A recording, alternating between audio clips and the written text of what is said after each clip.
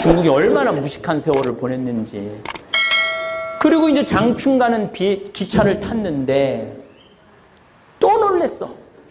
사람들이 비닐을 봉지에다가 닭을 뭐 삶은 건지 튀긴 건지 했는데 그냥 우리처럼 이렇게 쪼개갖고 먹는 게 아니라 생 한 마리를 그냥 뜯어 먹는 거야. 너무 자연스럽게. 근데 더 놀라는 건 손톱에 때가 확 또 있어. 안 씻는 거지. 안 씻는 거지. 정말로 안 씻는 민족이 중국 민족이에요. 난 오늘도 아침에 평창에 목욕탕에 갔다 와서 정결례를 하고 왔는데 하루에 한 번은 씻는데 중국 애들은 한 달에 한 번도 안 씻는 거예요. 한 달에 한 번도. 참. 근데 안 씻는 이유도 나중에 알고 보니까 있더라고. 뭔가 이 상하수 시설이 잘 돼 있어야지 씻지 그런 시설 자체가 없는데.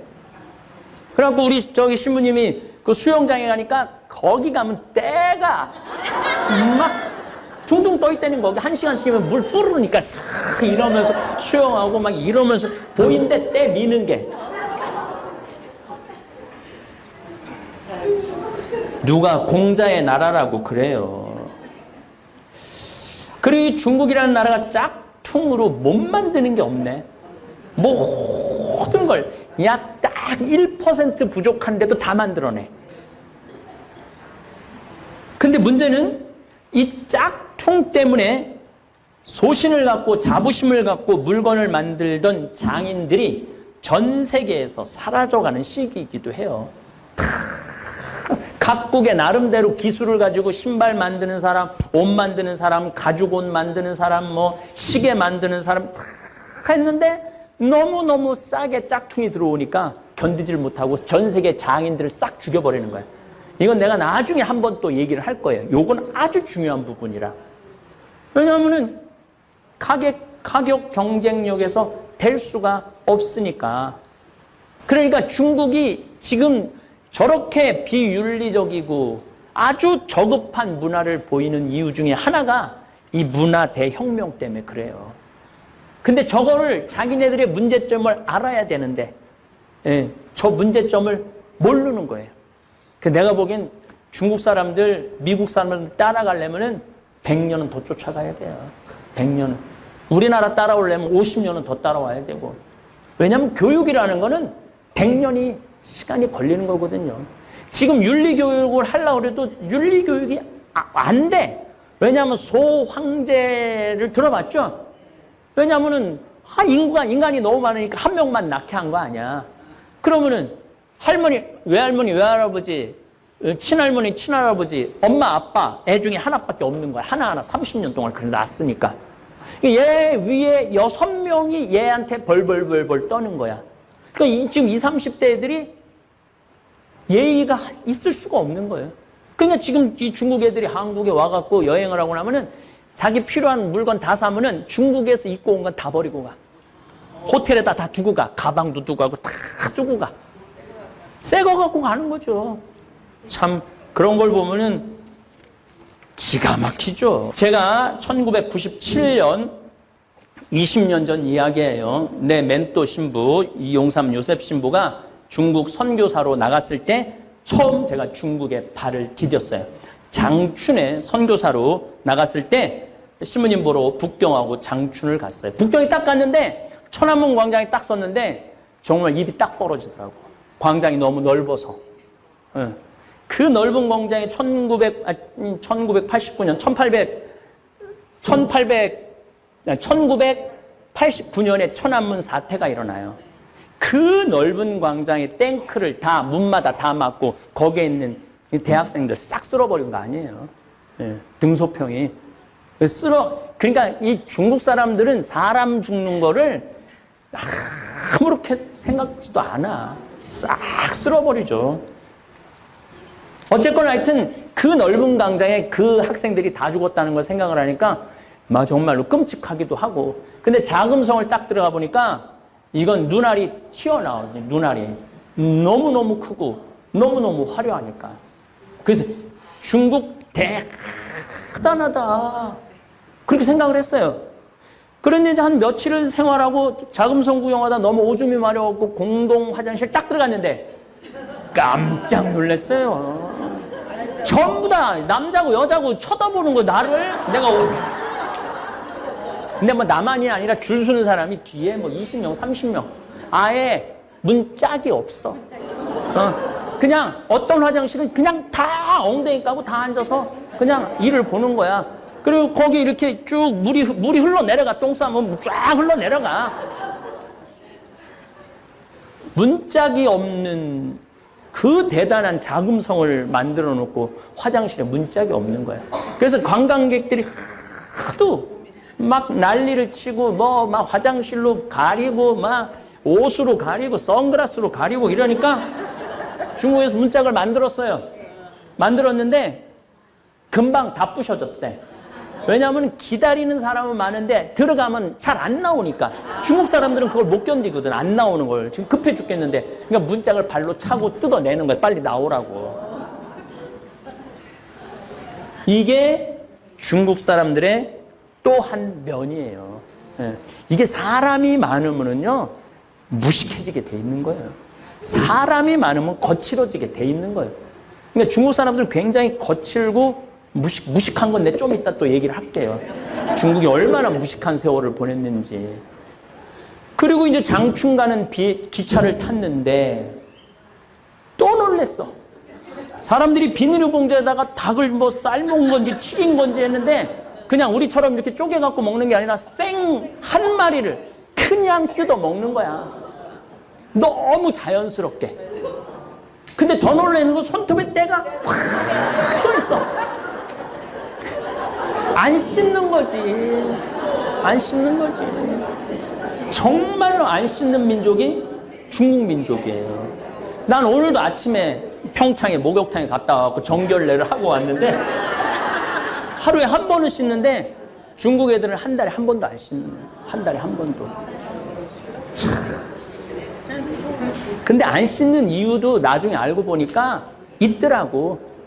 뭔가 이 상하수 시설이 잘 돼 있어야지 씻지 그런 시설 자체가 없는데. 그래갖고 우리 저기 신부님이 그 수영장에 가니까 거기 가면 때가 막 둥둥 떠 있다는 거기 1시간씩이면 물 뿌르니까 이러면서 수영하고 막 이러면서 보인데 때 미는 게. 누가 공자의 나라라고 그래요. 한 발자국 중국 문화 사회에 더 들어가 보니까 이건 뭐지? 내가 생각했던 중국하고 너무나 다른 중국인 거예요. 인간이 많은 곳에는 극단적인 인간이 많은 게 좋은 게 아니구나.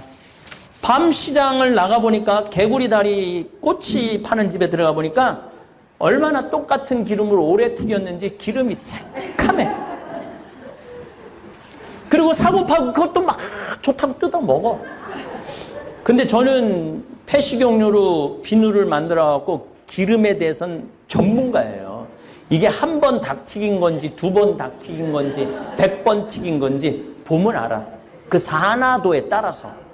근데 내가 보니까 거의 처음 튀기고부터 한 번도 안 가는 것 같아, 기름을. 야, 이거 중국, 그때 막 중국이 개방을 하고, 뭐, 흑면이, 뭐, 검은 진이, 뭐, 하얀 진이 쥐만 잡으면 되지 않느냐. 그래갖고 막 핑퐁 외교가 시작되고, 막 그런 게 막 진행이 돼갖고, 막 경제적으로 오픈을 막 하고 발전을 할 때였거든요.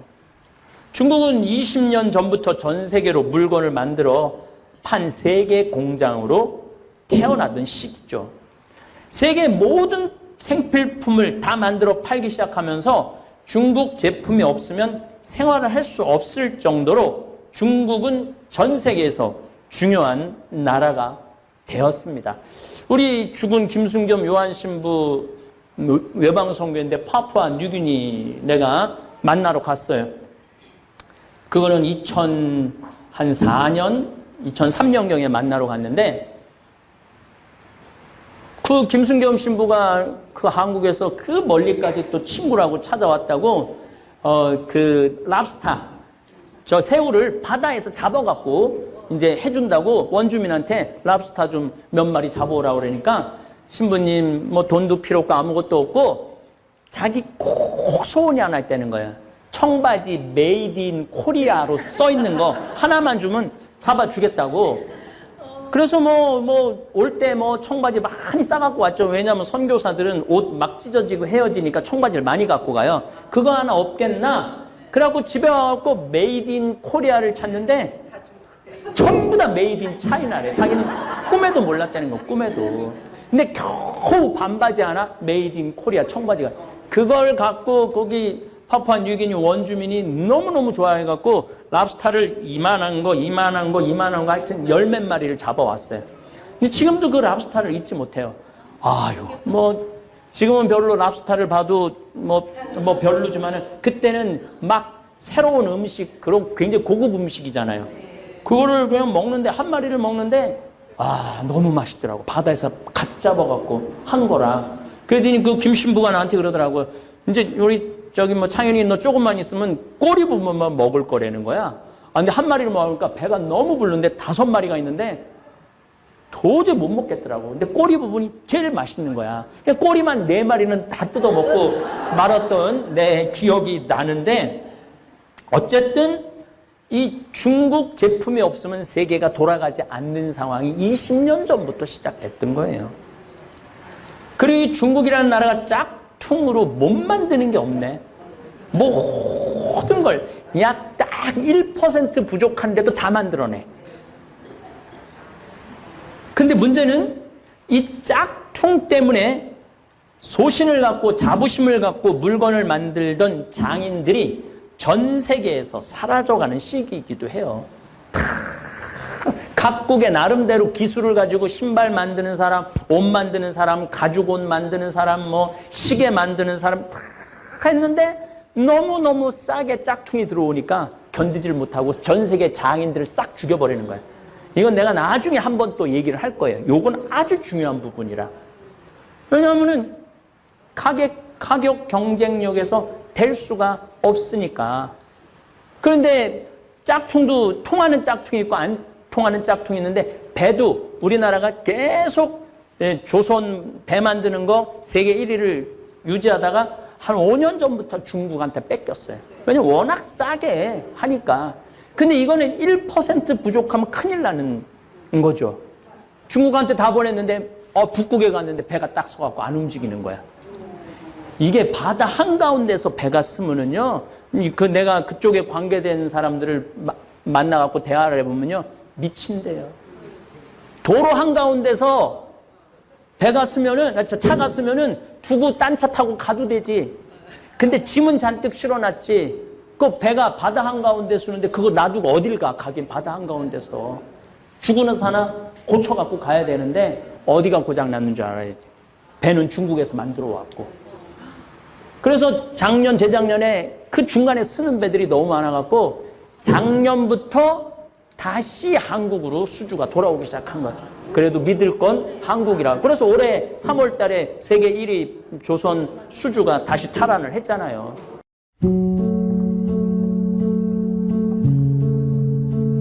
네. 박수 칠 일이 아니에요.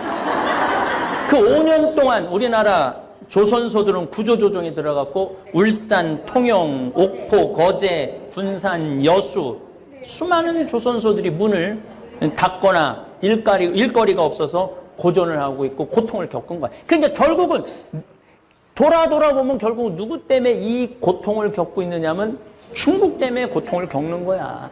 중국 때문에 수출이 잘 돼갖고 우리나라가 살만하니 어쩌고 저쩌고 해도 나중에 뒤집어 보면은 중국 때문에 고통을 겪고 있는 거예요. 저는 가장 저에게 그 놀람과 충격의 나라 10년 전으로 거슬러 올라가겠습니다. 진시황 무동과 병마용 또 당 현종의 양귀비 사랑이 묻어있는 도시 시연을 둘러보았을 때 엄청 발전했구나. 한 번은 식당에 들어갔는데 중국 식당 얘기하는 거예요. 프랑스 베르사유 궁전하고 똑같은 모양으로 식당을 만들어놨어. 유리궁전도 있고. 그러니까 걔네들은 하여튼 뭘 똑같이 만드는 데는 귀신이야.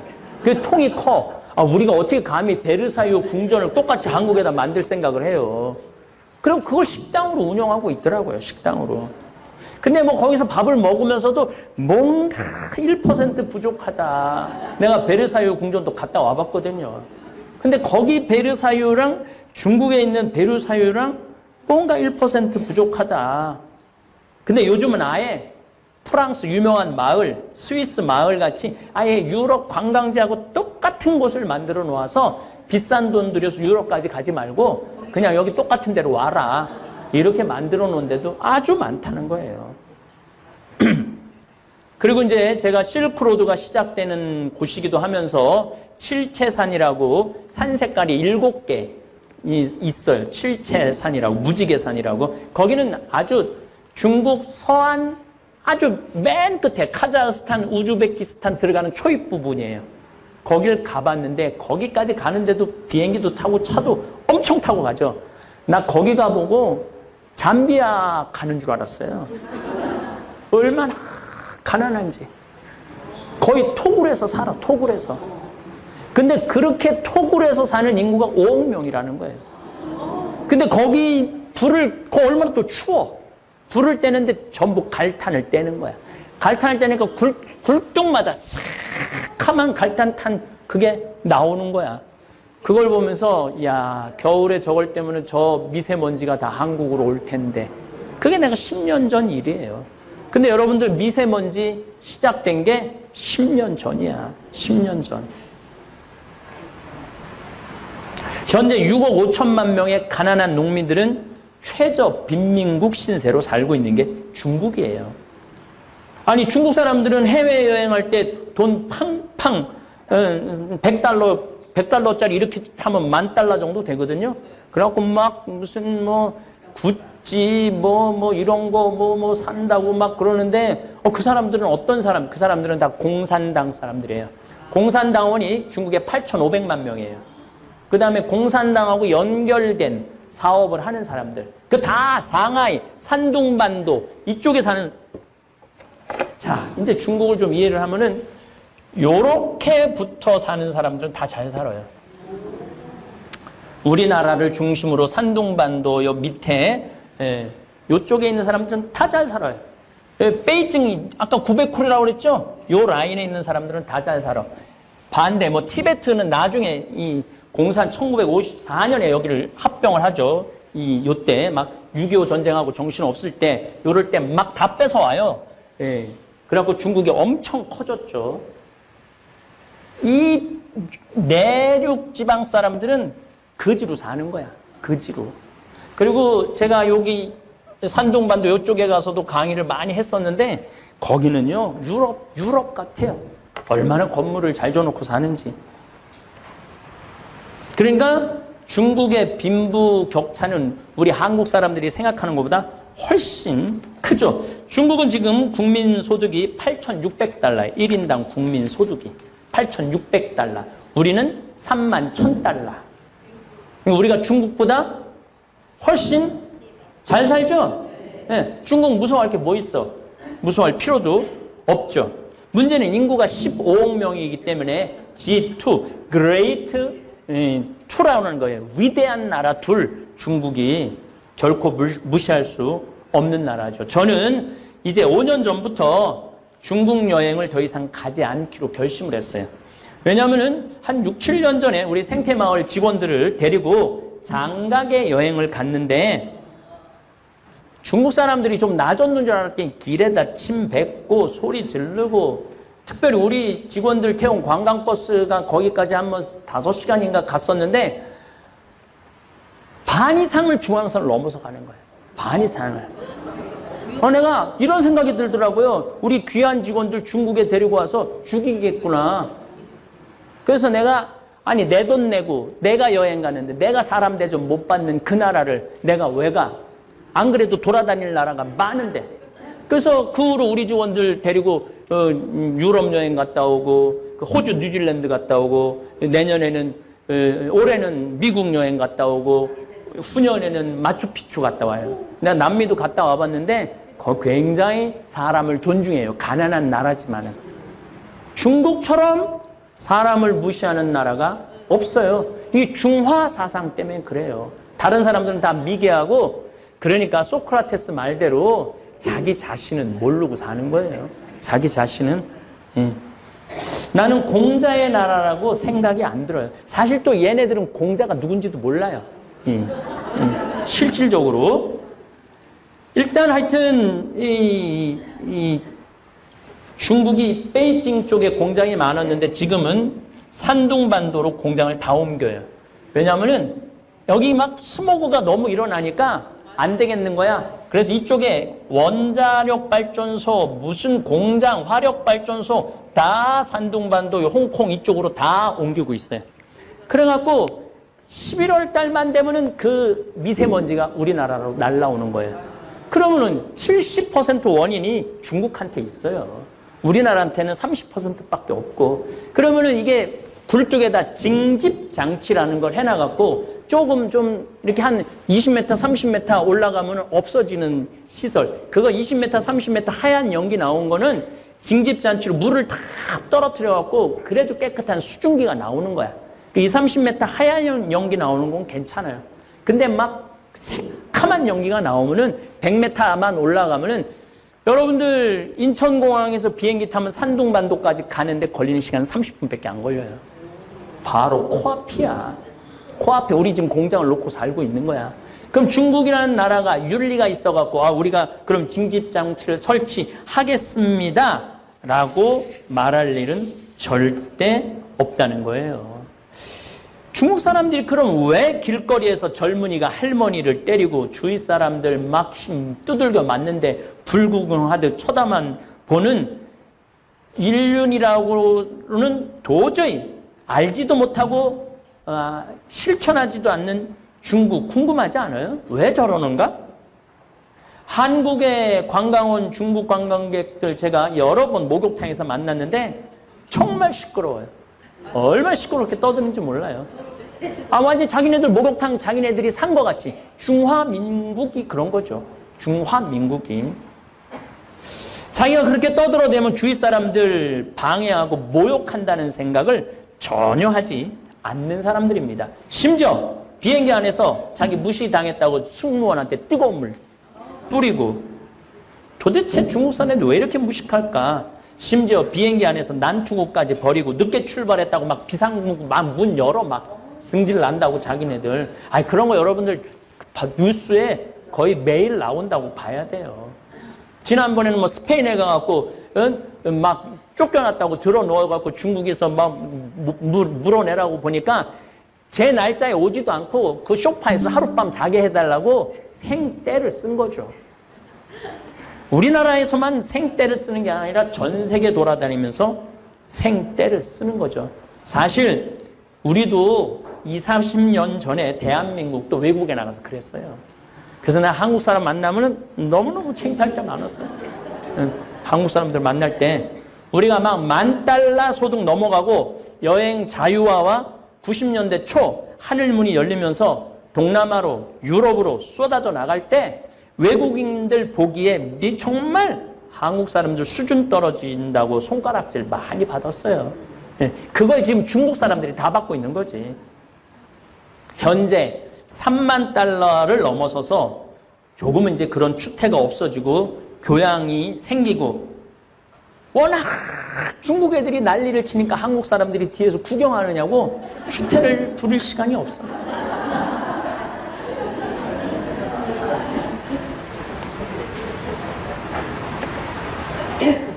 만약 한국 사람들 가운데 지금도 비행장에서 소리 지르고 쓰레기 길거리에 외국 길거리에 버리고 뷔페집에서 먹지도 않는 음식 잔뜩 쌓아놓고 나온다면 아직도 중국이들 수준에 머물러 있는 거예요. 저는 뭐 크루즈 여행 여러 번 가봤는데 중국 사람들 그대로 쌓아놓고 가는 거 많이 봤어요.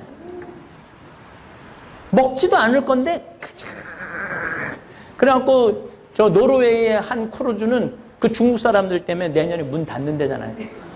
그 오는 거 말릴 수도 없고 그 음식 수지 타산이 안 맞고 그래갖고 문을 닫는데요. 어쨌든 저는 그러면은 왜 중국이 이런 일이 벌어지네? 이 진짜 중국 이야기를 지금부터 하고 싶은 거예요. 진짜 요거 잘 들어야 돼. 이제 정신 바짝 차리고 1959년부터 1961년까지 중국은 대약진 운동이라는 걸 해요. 정확하게 1957년에 시작을 해요. 대약진 운동이 뭐냐면은 사람들이 하도 굶고 그러니까 쌀 수확량도 좀 늘리고 동네마다 용광로를 만들어서 동네마다 철제 기구도 좀 만들고 이런 거 하자고. 그래갖고 4가지 이 좀 해충을 죽여야 된다고.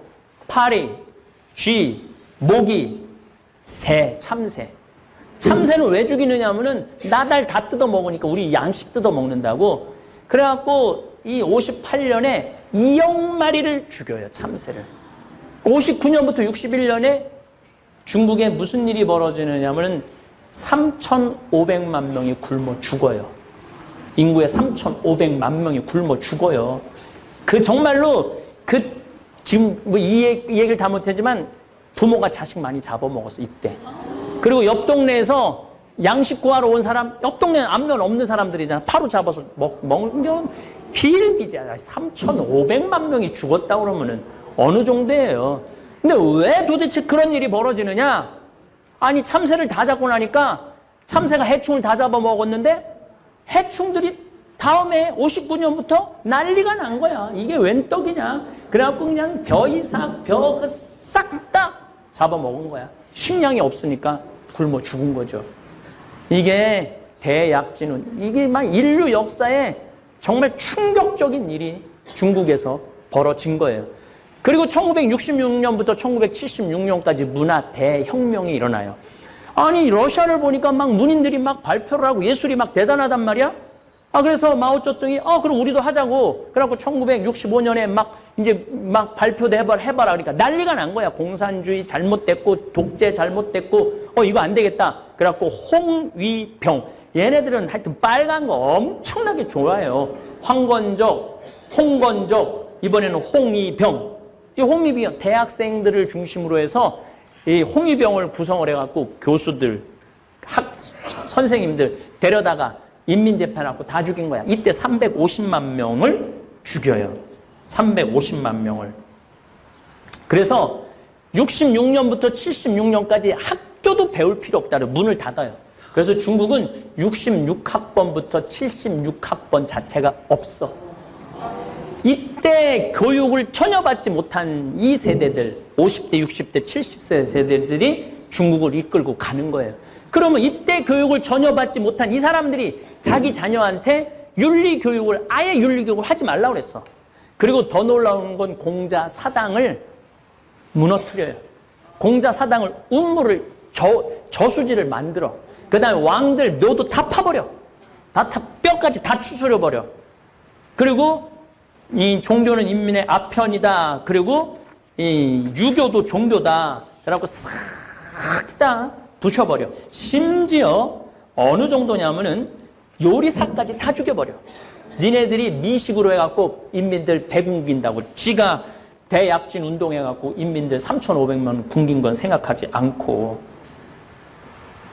공자 책도 다 불사르고 공자 묘를 폐해쳐서 연못으로 만들고 불상은 녹여서 숟가락으로 만들었어. 숟가락으로. 교수들은 땀 흘려 노동을 하지 않고 밥 먹는 벌레 같은 놈들이다. 앞으로 교육으로는 돈 받을 수 없다. 이게 그 유명한 문화 대혁명이에요. 1966년부터 76년. 옛것은 모조리 숙청해라. 문화, 교육, 정치, 심지어는 부모들까지 공산주의 사상에 어긋나오면 자식이 부모 인민재판에 세워갖고 죽이기까지 해요.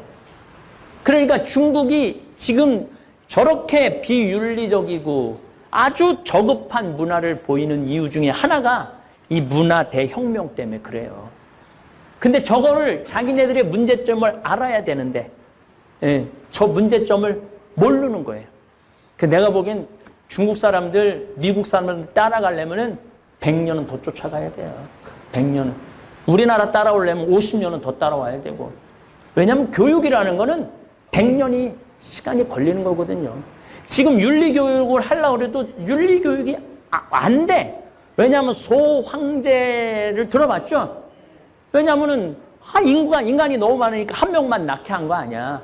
그러면은, 할머니, 외할머니, 외할아버지, 친할머니, 친할아버지, 엄마, 아빠, 애 중에 하나밖에 없는 거야. 하나하나 30년 동안 그래 낳았으니까. 얘 위에 6명이 얘한테 벌벌벌벌 떠는 거야.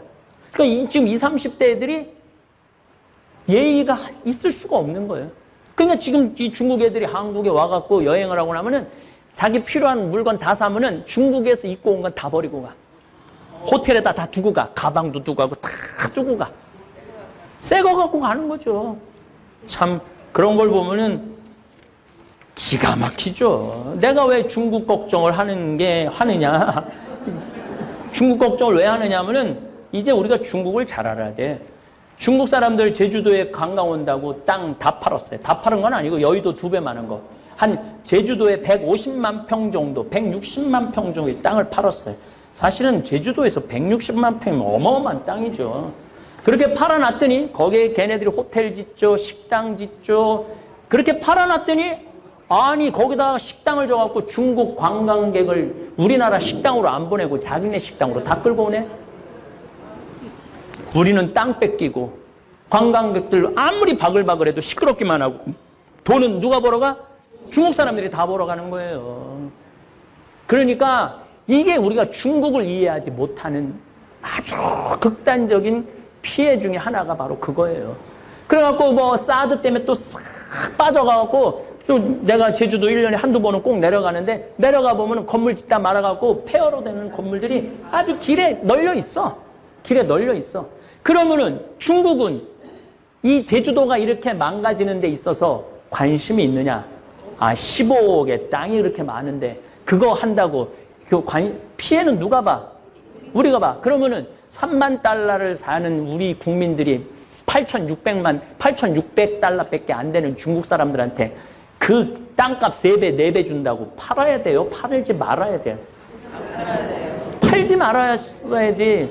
그러니까 3만 달러의 자존심이 없다 이거야, 내 얘기는. 지금 저기 미국 실리콘밸리 산호세 쪽에 가니까 이제 시진핑이 부패 정리한다고 막 난리가 나니까 중국에서 현금을 들고 150만 달러 그 산호세 가면 골프장 안에 대저택들이 있거든요. 이걸 다 300만 달러에 다 사놨어. 그래서 산호세가 땅값이 300만 달러 다 올라갔어. 그러니까 전 세계를 그렇게 망가뜨리고 돌아다니는 게 중국이야. 그러니까 이 중국 사람들을 제대로 알고, 아니 우리나라가 그 땅 안 팔면은 굶어 죽는 나라도 아니고, 그러니까 중국에서 지금 관광객이 다시 늘어난다 그러는데 저가로 들어오는 거는 하지 말아야 돼. 왜 3만 달러 소득 국민들이 1,000,000달러 수준의 관광 그거를 하느냔 말이야. 우리가 수준을 높여놓고 수준 있는 사람들이 들어와갖고 수준 있는 나라로 만들어야지. 그렇지 않아요? 맞아요. 그러니까 이걸 누가 의식을 가져야 되느냐? 국민들이 의식을 가져야 되는 거예요. 그러려면 누구를 이해해야 되느냐면 중국을 이해를 해야 되는 거예요. 내가 이 장황하게 이거 요약하느냐고 어저께 밤부터 눈알이 막 튀어나오는 줄 알았어요. 그냥 얘기로 하면 좋은데 얘기로 하면 끝도 없이 뭐 양귀비 얘기 나오면 이게 서양 여자냐 동양 여자냐 또 16번째 아들의 뭐 며느리인데 며느리를 취한 거거든. 며느리를 취했다 뭐 이 얘기 저 얘기 하면은 이게 안 될 것 같다고 원고로 정해놨는데 어쨌거나 여러분들이 이제 3만 달러를 넘어섰으면은 우리나라 국민들 수준이 높은 거예요. 근데 그 8,000달러 사람들 막 그거 돈 뜯어 먹으려고 막 우리 자존심 버리지 말자 이거야 내 얘기는. 그리고 여러분들도 중국 여행 갈 때 20만 원짜리 30만 원짜리 여행 가지 말고 만약에 100만 원짜리 갈 여행이 못 되면 가지 않으면 되잖아. 뭘 그렇게 때를 쓰고 여기저기 그냥 찍고 여기 찍고 저기 찍고 그거는 의미가 없어요. 3만 달러 정도 되면은 한 자리에서 일주일 정도 머무르는 여행을 하셔야 돼요. 이제는 이리 뛰고 저리 뛰고 그렇게 뛰어다니지 말고. 하고 싶은 얘기는 너무너무 많지만 이 얘기를 이제 다음에 제가 여러분들한테 이야기하고 싶은 건 일본이에요. 일본 사람들은 그러면은 지금 거의 5만 달러 정도 되는데 5만 달러에 들어선 나 일본 사람들 많이 만났어요. 많이 만나고 이야기도 많이 하고 일본 사람들 조금 배운 사람들 영어 수준 나하고 거의 똑같아. 그래갖고 얘기가 돼. 일본 사람들이 영어 참 못하거든요. 그래서 얘기가 된다는 거예요. 달래 영어 되는 게 아니라. 근데 일본은 개인은 너무너무 훌륭해요. 사실은. 내가 만난 일본 사람들 다 정성스럽고 다정하고 겸손해요. 근데 그걸 합쳐놓으면 이상해지는 거예요. 그 왜 합쳐놓으면 이상해지는지는 부티보다 귀티나게 외모에도 신경 쓰라.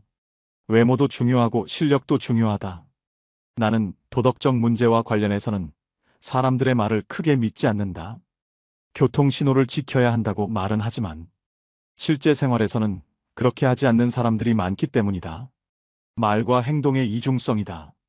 이러한 이중성이 나타나는 것 중에 하나가 외모는 중요하지 않으며 마음이 중요하다는 말이다. 말은 그렇게 하면서도 외모를 본다. 중국 당나라의 관리 선발 기준이었고 조선시대의 인재 판별 기준이라는 신원서판에서도 외모가 첫째 조건이었다. 정신의학에서는 사람을 한 가지 면으로 판단하면 미숙하다고 본다. 그러나 이 세상은 사람을 외모로 판단하는 미숙한 환자들로 가득함을 명심하라. 바비 인형처럼 속이 텅 비어 있어도 예쁘면 뜨게 되고 가상의 인터넷 캐릭터 아바타를 치장하느라 정신없는 것이 이 세상이다. 나처럼 내 멋대로 하고 다녀도 아쉬울 것 없는 사람이 아니라면 신경을 써라. 일본의 야마다 오사무 역시 사람을 간파하는 기술에서 사람은 외관이 중요하다고 외친다. 외모 콤플렉스가 심하면 성형수술이라도 하라. 올 2월 21일자 월스트리트 저널에서 한국 여성들의 성형수술 풍조를 조롱하였다고 분개하는가. 웃긴 기사이다. 미국은 훨씬 더하다. 1996년 미국 격주간지 포춘은 미국 남성들이 외모에 쓰는 비용만 연 12조 원이라고 했다. 미국 피츠버그 대학 조사에 의하면 키가 188cm 이상인 남자들은 183cm 미만인 남자들보다 12.4% 많이 번다. 키높이 구두를 신어라. 94년 아메리칸 이코노믹 리뷰에 실린 연구조사에 따르면 능력이 같아도 잘생긴 사람은 못생긴 사람보다 임금을 10% 받는다. 똑같은 죄인일지라도 미녀는 무죄를 받을 확률이 더 높다는 미국 자료도 있다. 정신병동 같은 이 세상에서 살고 있는 한 변신하라. 의사 전달 효과 역시 55%는 몸짓 표정과 시선에 의존하며 38%는 목소리 톤에 그리고 7%만이 발표 내용에 의존한다고 한다. 머리 손질과 의상, 말투로도 당신은 변할 수 있다. 이때 부티를 내지 말고 귀티가 나도록 하라. 졸부처럼 돈과 상표만 걸치지 말고 귀족적 세련됨을 갖추라. 그것은 온몸에서 퍼져나온다. 전화 음성이나 운전 습관, 의상 코디에서도 귀티가 나오게 하라. 그것이 진짜 매력이다. 외모가 주는 이점은 남들보다 앞선 출발선에 설 수 있다는 것이다. 물론 당신을 질주하게 하는 것은 궁극적으로 실력이다. 외모만 믿고 능력 개발을 등한시하면 생명이 결코 길지 않다. 외모에 자신이 전혀 없다고 그렇다고 좌절하지 말고 실력을 2배로 길러라. 이 세상은 당신이 넘어지면 잔인하게 짓밟고 지나가지만 당신의 일어서면 우러러 본다는 사실을 명심하라. 찰스 왕세자가 왜 젊고 아름다운 다이애나를 좋아했다가 턱주름 가득한 파커볼스를 사랑하는지도 한 번쯤 생각해보라. 빨리 부자가 되려면 부자들 마음을 읽어라. 부자가 원하는 것을 알아라. 부자가 된다는 것은 다른 사람들의 주머니에 있는 돈이 그들의 자발적 의사로 당신 주머니 속으로 들어와 쌓인다는 뜻이다. 만약 흉기를 들면 강도가 되는 것이고 속임수를 쓰면 사기꾼이 되며 연고에 호소하면 상대와의 친분을 이용하는 것이 된다. 시인 김용택은 세상의 길가에서 내 가난함으로 세상의 어딘가에서 누군가가 배부릅니다 하고 노래했지만 내 생각은 다르다.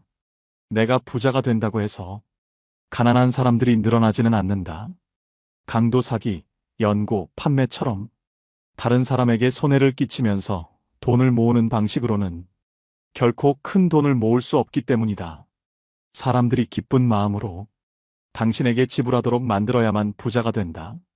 어떤 나라에서든 20%도 안 되는 부자들이 80%의 돈을 소유하고 있다. 빨리 부자가 되려면 부자들과 주머니를 공유하는 방법이 좋다. 부자들이 흔쾌하게 당신에게 지불하고 싶어 한다면 당신은 훨씬 쉽게 부자가 될 수 있지 않을까? 어떤 사람들은 가난하고 무지한 사람들을 노린다. 가난한 자들에게 이상한 건강식품을 고가로 팔거나 사기성 투자를 유도하여 돈을 벌려는 사람들이여. 벼룩의 간을 빼먹는 짓은 하지 말라. 그래 보았자 벼룩의 간을 먹은 벼룩밖에 안 된다. 어쩌다 사업이 잘 된다 해도 악질 사장 물러나라는 직원들의 비난을 피하기 힘들다. 부자들과 주머니를 공유하고 싶다면 그들의 마음을 알아야 한다. 부자들이 원하는 것은 무엇일까? 가난한 동네에서는 땅 모양이나 전망 일조권이 문제가 되지 않는다. 먹고 살기 바쁜데 가격이 싸고 방을 많이 만들 수 있다면 최고다. 부자 동네에서는 얼마나 집의 모양이 잘 나오고 이웃에는 누가 살고 있으며 햇볕이 잘 들고 전방이 좋은지 등이 중요시된다. 같은 크기의 대형 아파트라고 할지라도 작은 평형이 섞여 있으면 가격이 낮게 형성된다. 그저 강이 보인다는 이유 하나만으로도 몇억 원을 더 지불하는 사람들이 부자들이다. 이처럼 실용성이 아닌 다른 요소들이 가격을 결정한다. 한때 일본 자동차들은 고급차로서의 이미지가 없었다. 약 15년 전 토요타 자동차의 회장은 젊은 엔지니어 10명을 뽑아서 특명을 내린다. 앞으로 1년간 미국에 가서 놀아라. 회사에서 준비한 호텔은 보통의 일본인들은 꿈도 꾸지 못할 최고급이었고 음식이나 자동차도 최고급이었다. 그들이 1년을 호합한 생활을 하며 놀고 오자 회장이 말했다. 이제 백만장자가 어떻게 사는지 알았는가? 그 백만장자들이 타고 싶어할 차를 만들어라. 이렇게 해서 등장한 렉서스는 미국의 고급차 시장에서 데이트를 친다. 부자들이 원하는 것을 알아라. 당신이 부자가 아니라면 부자들은 당신이 먹어본 음식, 당신이 받아온 서비스와 당신이 느끼는 기분, 그 이상을 이미 경험한 사람들이다. 당신에게 괜찮아 보이는 수준 정도라면 그들이 지갑을 열 까닭이 없다. 목돈 빌려줄 땐 친구라도 냉철하게. 나는 내게 무엇인가 팔러 오는 친구들에게 물건을 산 적이 거의 없다. 친구를 돕는다고 내게 필요 없는 물건을 사게 되면 그 물건을 볼 때마다 속상해진다. 내게 필요한 물건일지라도 다른 곳에서 더 싸게 살 수 있는 물건을 친구를 돕는다는 미명하에 구입하게 되면 그 친구는 자신이 경쟁력이 없음을 계속 인식하지 못할 것이고 나는 현명하지 못한 구매를 한 것이 되고 만다. 내가 택한 대안은 형편이 어려운 친구에게 물건 판매 수당 이상의 현금을 주는 것이었는데 보통 100만 원이었다. 조건은 나중에 돈을 벌면 다른 어려운 친구를 도우라는 것이다. 대신 나는 밥 한 끼도 사주지 않는다. 문제는 목돈을 빌려달라는 경우다. 친구와는 돈 거래를 하지 말라고 하지만 살다 보면 돈 거래가 없을 수 없다. 20대의 돈 거래는 액수는 작으나 친구를 가려내는 시금석이 되기에 나는 권장한다. 20대의 친구에게 몇십만 원을 잃었다면 40대에 몇천만 원을 잃을 뻔한 것을 액땜한 것이다. 나는 처음에 동창들에게 그냥 빌려주었으나 도망가는 친구가 생기면서 생각이 바뀌었다. 우선은 재산 상태와 수입 및 부채 현황, 상환 계획을 상세히 적으라고 한다. 지갑 속에 신용카드가 많거나 카드 사용 내역에서 소비성 지출이 많으면 반드시 담보를 요구한다. 사업가 친구인 경우에는 회사의 격리 자료들을 세무조사하듯이 본다. 경영에 약간의 문제라도 보이면 담보를 받는다. 새로 사업을 하는 친구인 경우에는 그의 성격을 생각한다. 사채놀이는 안 하지만 은행이자 수준은 요구하며 그 이자로 같이 한잔하기도 한다. 그 어떤 친구가 부탁을 해도 보증은 함부로 서지 말고 아무리 이자가 많아도 가진 재산의 상당액을 어느 한 친구에게 몰아서 빌려주지는 말라. 그 친구 때문에 당신 가족이 눈물을 흘리게 될 수도 있다. 전문직에 종사하는 친구들이 목돈을 빌려달라는 경우는 조심하라. 그들이 갑자기 떼돈을 벌어 목돈을 갚을 수 있게 될 확률은 낮다. 부득불 큰 돈을 빌려줄 경우에는 부동산 담보를 받아라. 그 담보물의 선순위 관리자들이 많다면 당신 돈은 사라질 확률이 크다. 약속어음 공증을 받으면 좋지만 친구에게 재산이 없으면 월급을 차압할 정도인데 다른 친구들이 친구에게 너무한다고 당신을 욕할지도 모른다.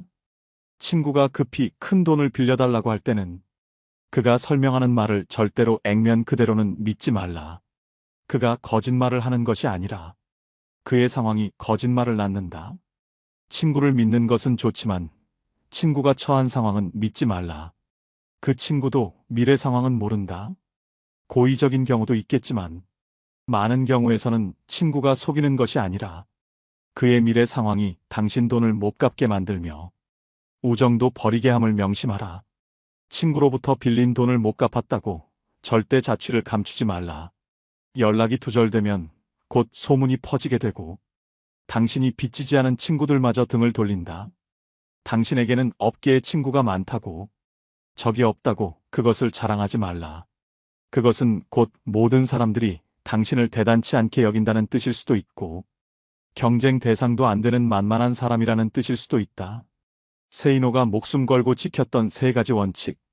첫째, 편협한 사람이 되지 마라.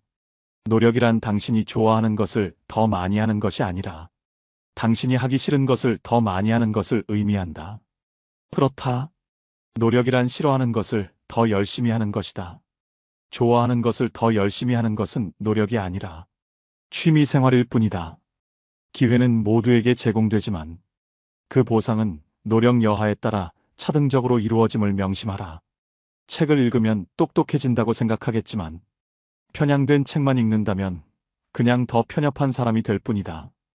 하기 싫은 일을 하지 않아도 마찬가지이다. 처음부터 거창할 필요는 없다. 일단 시작하라. 둘째, 지금 모습으로 미래를 단정짓지 마라. 지금 상황이 이러하므로 5년 후, 10년 후에도 이러할 것이기에 희망이 없다고 단정짓는 것은 옳지 않다. 점쟁이도 자신의 미래를 모르는데 어떻게 감히 신의 영역의 미래를 스스로 투시하고 미리 계산할 수 있단 말인가. 부자가 되려면 미래방 정식에 지금 처지를 대입하면 절대 안 된다. 내 월급으로는 평생 서울에 집 한 채 못 사겠네. 이렇게 단정짓지 마라. 부자가 되려면 현재로 미래를 단정짓는 게 아니라 원하는 미래로 나를 맞춰 나가야 하는 것이다. 그리고 진짜 부자들의 생각과 마음을 배워라. 부자는 돈독이 올라서 부자가 된 사람들이 아니다. 어떤 일을 하든 간에 시간과 노력을 아낌없이 투자하여 다른 사람들보다 경쟁력을 가질 때 부자가 태어나는 것이다. 그들은 그 과정에서 환희를 느끼며 살아온 사람들이며 당신의 생각과는 달리 전혀 불행하지도 않고 도둑놈도 아니다. 노력한 만큼 보상받는 게 세상의 이치이다. 부자가 되려면 돈을 쉽게 얻길 바라는 도둑놈 신보부터 버려야 한다. 셋째, 원인은 자신에게서 찾아라. 실패한 자들의 핑계는 길고 긴 레퍼토리를 이룬다. 명심하라. 성공한 자들은 어떤 일이 잘못되면 그 책임과 원인을 자신에게서 찾는다. 절대 세상 속에서 핑계를 찾지 않는다는 말이다. 지금의 실패를 남 탓으로 돌리는 사람은 다음에도 남에 의해서 똑같은 실패를 겪게 될 것이다. 남 탓을 한다는 건 다른 사람이 나의 인생을 결정한다고 인정한 것이다. 내 인생을 남에게 휘둘리지 마라. 일어난 문제가 나의 책임일 때 그 문제를 해결할 수 있는 것이다. 천재들의 이야기에 주눅들 필요는 없다. 돈을 번다는 것은 다른 보통 사람들과의 게임이지 당신보다 크게 잘난 사람과의 게임이 아니다. 그저 우리는 우리가 속한 분야에서 다른 보통 사람들과 경쟁하여 이기면 되는 것일 뿐이다. 그들이 놀 때 놀지 말고 그들이 잠잘 때 덜 자고 그들이 쓸 때 덜 쓰며 경쟁력을 기르고 목돈을 준비하라. 그 후에 기회를 찾아라. 다들 부자가 되면 좋겠다고 말은 하지만 정말 부자가 되려고 노력하는 사람들은 없다. 내가 어느 직원을 사람 하나는 좋다고 말한다면 그가 일은 지독히 못한다는 뜻이다. 76세 고령의 경영자 호리바 마사오 역시 일 잘하는 사람, 일 못하는 사람에서 적이 없는 사람을 무능의 대명사로 부른다. 예수에게도 적이 무수히 많았다. 승자에게는 적이 많고 패자에게는 친구가 많은 법이다. 어느 나라에서 정치나 경제가 제대로 굴러가지 못한다면 그 이유는 정치인들이 적을 만들지 않으려고 하고 인기와 영합하여 욕을 먹으려 들지 않기 때문이다. 말이 통하지 않을 땐 침묵하라. 말이 통하지 않는 사람이 있음을 인정하라. 살다 보면 여러 가지 갈등으로 인해 마주치기조차 싫은 사람들이 주변에 생기게 마련이다. 이런 경우 서로가 마음을 열고 대화를 해야 한다고 말하지만 아무리 얘기를 나눠도 매듭이 풀리지 않거나 대화 자체가 이루어질 수 없는 경우가 발생한다. 왜 이런 상황이 발생하는 것일까? 인간관계에서 갈등이 생겼을 때 사람들의 반응을 나는 4가지 유형으로 구분한다. 첫째는 갈등이란 있을 수 없다고 생각하는 형이다. 문제 자체를 없었던 것으로 하자고 하면서 좋은 게 좋은 거 아니냐는 식으로 덮어버리려고 한다. 대부분의 문제를 사소하다고 여기고 보다 더 큰 명분, 이를테면 화합, 사랑, 애국 같은 명제 밑에 모이라고 한다. 싸운 학생들을 억지로 악수하게 하는 선생도 이 경우에 속한다. 부모는 자식들 간의 갈등을 주로 이런 식으로 해결하려고 한다. 표면적으로는 갈등을 제거한 듯 보이지만 안에서는 계속 골마간다. 둘째는 문제의 본질과는 상관없는 권위나 지위에 의존하는 형이다. 문제를 일으킨 사람이 윗사람일 경우 주로 나이가 몇 살이냐, 어떻게 대들 수 있느냐는 식으로 말한다. 아랫사람이 잘못을 저질러 윗사람에게 야단을 맞았을 때 어떻게 그렇게 비인간적으로 야단칠 수 있느냐는 식으로 윗사람을 오히려 비난하는 경우 역시 이 부류에 속한다. 여자와 싸우다가 여자가 왜 그래라며 윽박지르는 남자들도 이 부류이다. 셋째는 다른 사람들에게 호소하는 형이다. 이런 사람들은 평상시에는 당사자에게 태연하게 행동하면서도 다른 사람들에게 자기 하소연을 늘어놓는데 오해와 과장 축소나 은폐, 모함이 따른다. 그러나 나중에 무슨 말을 했었는지도 제대로 기억을 못하거나 딱 잡아뗀다. 당사자와 직접 이야기하는 경우는 드물며 오해가 풀어져도 사과하거나 반성하지 않는다. 다중인격적인 면모를 갖고 있으며 가장 멀리해야 할 대상에 속한다. 넷째는 책임을 밝히려고 하는 형이다. 보통 사람들은 입으로 직접 거론하기 힘들어하는 것들도 거침없이 끄집어내어 밝히고자 한다. 연장자들을 당황하게 만들며 상대방에게 서운한 혹은 괘씸함을 안겨주기도 한다. 자기 주관에 따른 이분법적 사고가 강하다. 자식에게 우리 대화하자고 해놓고 자식이 무슨 말을 하면 오히려 야단을 치고 그래서 자식이 침묵하면 이제는 말을 안 한다고 야단치는 부모도 이 유형에 속한다. 이러한 유형들은 누구에게나 조금씩 섞여 있으나 갈등이 발생하게 되면 어느 한 유형이 집중적으로 표출된다. 갈등에 대한 유형들이 서로 다를 경우에는 어느 한쪽이 백기를 들어야 화해가 이루어지지만 표면적인 것에 불과하다. 누군가와 갈등이 있다면 자신과 상대방의 논리 유형을 파악하라. 서로 다른 유형이라면 차라리 더 이상 만나지 말거나 그것이 어려우면 침묵하는 것이 서로를 위해 좋다. 당신에게는 당연한 말이 상대에게는 전혀 그렇지 않기 때문이다. 말이 통하지 않는 사람이 있음을 인정하며 살자는 말이다. 세이노의 성공담. 이생망이라는 단어가 있다. 이번 생은 망했다라는 뜻이다. 정말 그럴까? 노후력은 정말 개소리일까? 중산층 이하의 가정에서의 자녀들이 자신들의 처지를 부잣집 자녀들과 비교하면 그럴 수 있다. 가난한 집 자녀들의 경우에는 더더욱 그럴 수 있다. 그런데 잠깐만. 어느 시대이건 빈민층과 서민층, 부유층은 동시에 존재하여 왔다. 그리고 가난한 자도 부자도 계속 새로 생겨났다. 졸부 흉내내지 말고 먼저 목돈부터 모아라. 그리고 지식을 배양하라. 동아일보 지면에 세이노의 부자 아빠 만들기 칼럼을 연재하고 있는 세이노 씨는 그 자신을 학력도 남다르지 않고 머리도 좋지 않은 아주 평범한 사람이라고 말한다. 그래도 엄청난 부자가 되었다. 그는 돈을 버는데 굳이 똑똑한 사람들과 경쟁할 필요가 없다며 아주 평범한 사람들보다 약간 생각만 달리하면 큰 부자가 될 수 있다고 말한다. 그가 굳이 필명을 고집하고 자신을 드러내지 않는 것은 IMF 사태 직후 언론에 당당하게 외제차를 몰고 다닌다고 말한 이후 온갖 협박 전화를 받고 아이들 학교에서도 문제가 됐기 때문이라며 사람들의 의식부터 바뀌어야 돈을 벌 수 있고 사회 풍토가 바뀌어야 부자 나라가 될 수 있다고 강조한다. 돈 버는 노하우가 언제 어떻게 해서 보이기 시작했는가? 처음에는 그저 돈만 쫓아다녔다. 사람들을 만나면 그저 내 호주머니를 불려줄 수단으로 생각했다. 그것이 잘못이었다. 나부터도 나를 어떤 수단으로만 보는 장사꾼에게 물건을 살 마음은 생기지 않으니까. 돈을 번다는 것은 다른 사람들의 호주머니 속에 있는 돈이 그 사람의 자발적인 의사로 내 호주머니로 옮겨지는 것이다. 그러기 위해서는 먼저 고객의 불편함을 파악하고 정말로 섬기는 자세가 필요하다. 양반 정신을 버리고 머슴 정신을 가지면 된다. 사람들이 돈을 벌지 못하는 이유는 머슴 정신이 없기 때문이다. 아울러 철저한 신용을 다져나가고 약속을 이행했다. 약속을 지키느라 손해를 본 적이 한두 번이 아니다. 강의용 음향기기 설치 사업을 시작했을 때의 일이다. 사업 시작 첫 해에 수해가 났다. 다른 사람들 같으면 천재지변이므로 책임이 면제된다고 주장하겠지만 나는 무료로 다 수리해주거나 신품으로 바꾸어 주었다. 몇 천만 원의 손해가 났지만 바로 이 고객들이 모두 나의 영업사원처럼 선전을 해주는 바람에 1년 후에는 수억 원을 벌 수 있었다. 또 품질을 남들보다 10%만 더 좋게 하면 가격은 몇십 % 더 받을 수 있다.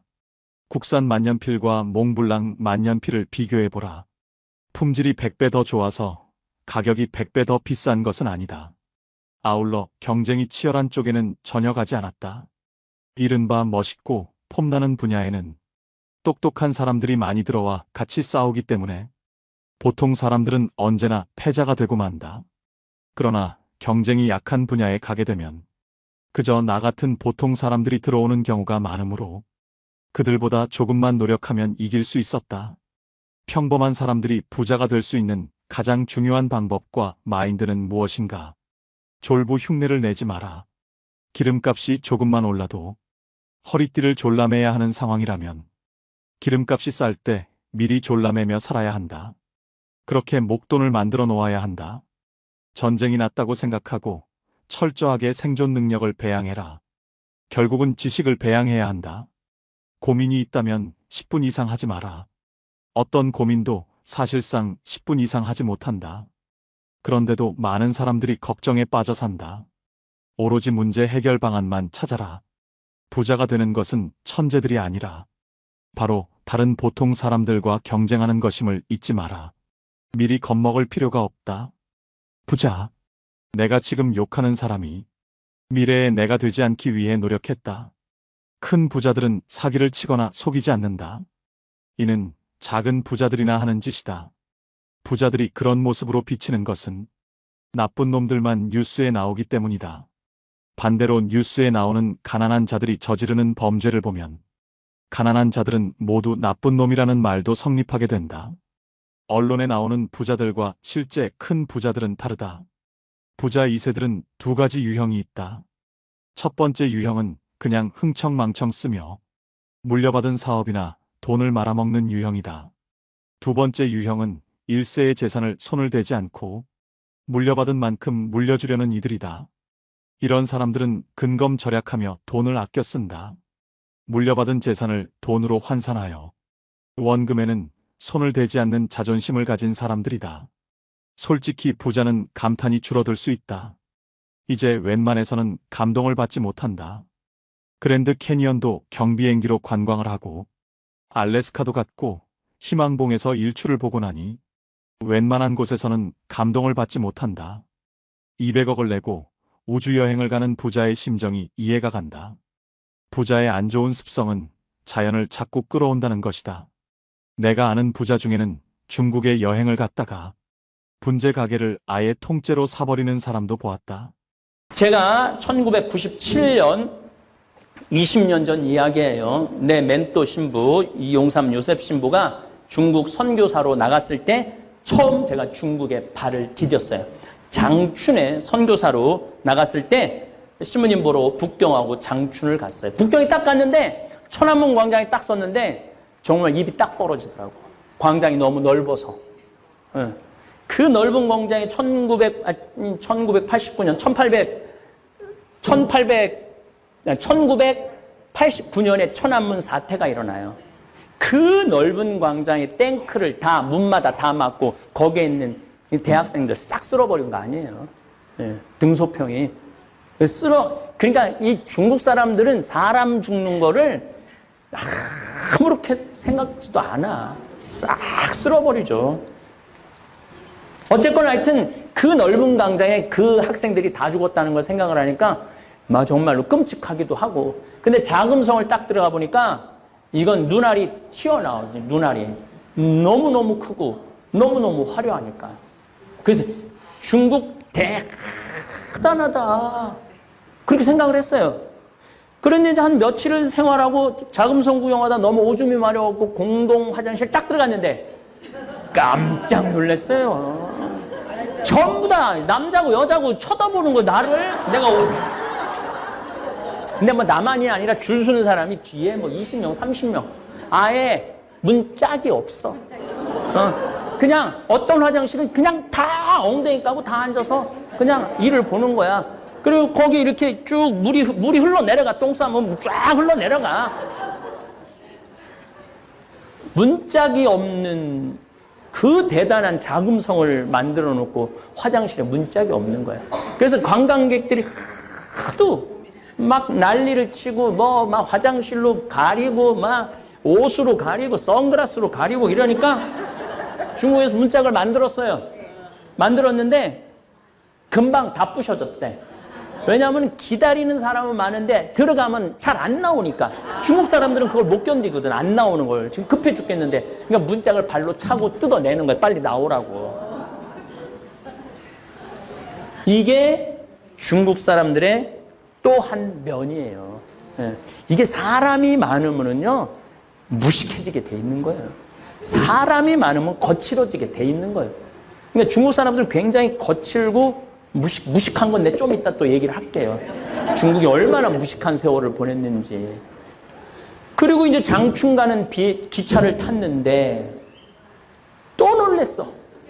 사람들이 비닐을 봉지에다가 닭을 뭐 삶은 건지 튀긴 건지 했는데 그냥 우리처럼 이렇게 쪼개갖고 먹는 게 아니라 생 한 마리를 그냥 뜯어 먹는 거야. 너무 자연스럽게. 근데 더 놀라는 건 손톱에 때가 확 떠있어. 안 씻는 거지. 안 씻는 거지. 정말로 안 씻는 민족이 중국 민족이에요. 난 오늘도 아침에 평창에 목욕탕에 갔다 와서 정결례를 하고 왔는데 하루에 한 번은 씻는데 중국 애들은 한 달에 한 번도 안 씻는 거예요. 한 달에 한 번도. 참. 근데 안 씻는 이유도 나중에 알고 보니까 있더라고. 뭔가 이 상하수 시설이 잘 돼 있어야지 씻지 그런 시설 자체가 없는데. 그래갖고 우리 저기 신부님이 그 수영장에 가니까 거기 가면 때가 막 둥둥 떠 있다는 거기 1시간씩이면 물 뿌르니까 이러면서 수영하고 막 이러면서 보인데 때 미는 게. 누가 공자의 나라라고 그래요. 한 발자국 중국 문화 사회에 더 들어가 보니까 이건 뭐지? 내가 생각했던 중국하고 너무나 다른 중국인 거예요. 인간이 많은 곳에는 극단적인 인간이 많은 게 좋은 게 아니구나. 밤 시장을 나가보니까 개구리 다리 꼬치 파는 집에 들어가 보니까 얼마나 똑같은 기름을 오래 튀겼는지 기름이 새카매. 그리고 사고파고 그것도 막 좋다고 뜯어 먹어. 근데 저는 폐식용유로 비누를 만들어갖고 기름에 대해서는 전문가예요. 이게 한 번 닭 튀긴 건지 2번 닭 튀긴 건지 100번 튀긴 건지 보면 알아. 그 산화도에 따라서. 근데 내가 보니까 거의 처음 튀기고부터 한 번도 안 가는 것 같아, 기름을. 야, 이거 그때 막 중국이 개방을 하고, 뭐, 흑묘니, 뭐, 검은 진이, 뭐, 하얀 진이 쥐만 잡으면 되지 않느냐. 그래갖고 막 핑퐁 외교가 시작되고, 막 그런 게 막 진행이 돼갖고, 막 경제적으로 오픈을 막 하고, 발전을 할 때였거든요. 중국은 20년 전부터 전 세계로 물건을 만들어 판 세계 공장으로 태어나던 시기죠. 세계 모든 생필품을 다 만들어 팔기 시작하면서 중국 제품이 없으면 생활을 할 수 없을 정도로 중국은 전 세계에서 중요한 나라가 되었습니다. 우리 죽은 김순겸 요한신부 외방선교인데 파푸아 뉴기니 내가 만나러 갔어요. 그거는 2004년, 2003년경에 만나러 갔는데 그 김순겸 신부가 그 한국에서 그 멀리까지 또 친구라고 찾아왔다고 그 랍스타 저 새우를 바다에서 잡아갖고 이제 해준다고 원주민한테 랍스타 좀 몇 마리 잡아오라고 그러니까 신부님 뭐 돈도 필요 없고 아무것도 없고 자기 꼭 소원이 하나 있다는 거예요.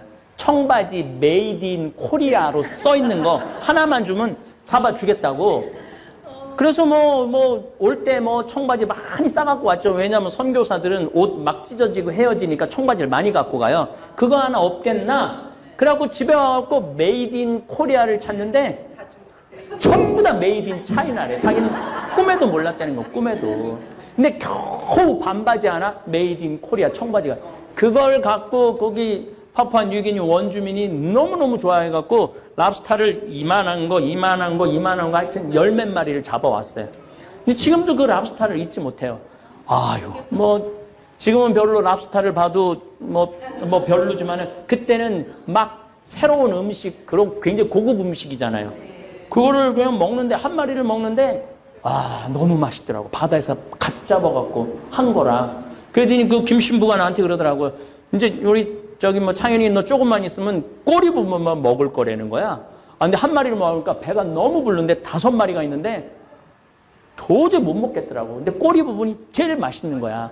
꼬리만 4마리는 다 뜯어먹고 말았던 내 기억이 나는데 어쨌든 이 중국 제품이 없으면 세계가 돌아가지 않는 상황이 20년 전부터 시작됐던 거예요. 그리고 이 중국이라는 나라가 짝퉁으로 못 만드는 게 없네. 모든 걸 약 딱 1% 부족한데도 다 만들어내. 근데 문제는 이 짝퉁 때문에 소신을 갖고 자부심을 갖고 물건을 만들던 장인들이 전 세계에서 사라져가는 시기이기도 해요. 각국의 나름대로 기술을 가지고 신발 만드는 사람, 옷 만드는 사람, 가죽옷 만드는 사람, 시계 만드는 사람 다 했는데 너무너무 싸게 짝퉁이 들어오니까 견디질 못하고 전 세계 장인들을 싹 죽여버리는 거예요. 이건 내가 나중에 한번 또 얘기를 할 거예요. 요건 아주 중요한 부분이라. 왜냐하면은 가격 경쟁력에서 될 수가 없으니까. 그런데 짝퉁도 통하는 짝퉁이 있고 안 통하는 짝퉁이 있는데 배도 우리나라가 계속 조선 배 만드는 거 세계 1위를 유지하다가 한 5년 전부터 중국한테 뺏겼어요. 왜냐면 워낙 싸게 하니까. 근데 이거는 1% 부족하면 큰일 나는 거죠. 중국한테 다 보냈는데 북극에 갔는데 배가 딱 서갖고 안 움직이는 거야. 이게 바다 한가운데서 배가 쓰면은요, 내가 그쪽에 관계된 사람들을 만나갖고 대화를 해보면요, 미친대요. 도로 한가운데서 배가 쓰면은, 차가 쓰면은 두고 딴 차 타고 가도 되지. 근데 짐은 잔뜩 실어놨지. 그 배가 바다 한가운데 쓰는데 그거 놔두고 어딜 가? 가긴 바다 한가운데서. 죽으는 사나 고쳐갖고 가야 되는데 어디가 고장났는 줄 알아야지. 배는 중국에서 만들어 왔고. 그래서 작년, 재작년에 그 중간에 쓰는 배들이 너무 많아갖고 작년부터 다시 한국으로 수주가 돌아오기 시작한 거죠. 그래도 믿을 건 한국이라. 그래서 올해 3월 달에 세계 1위 조선 수주가 다시 탈환을 했잖아요.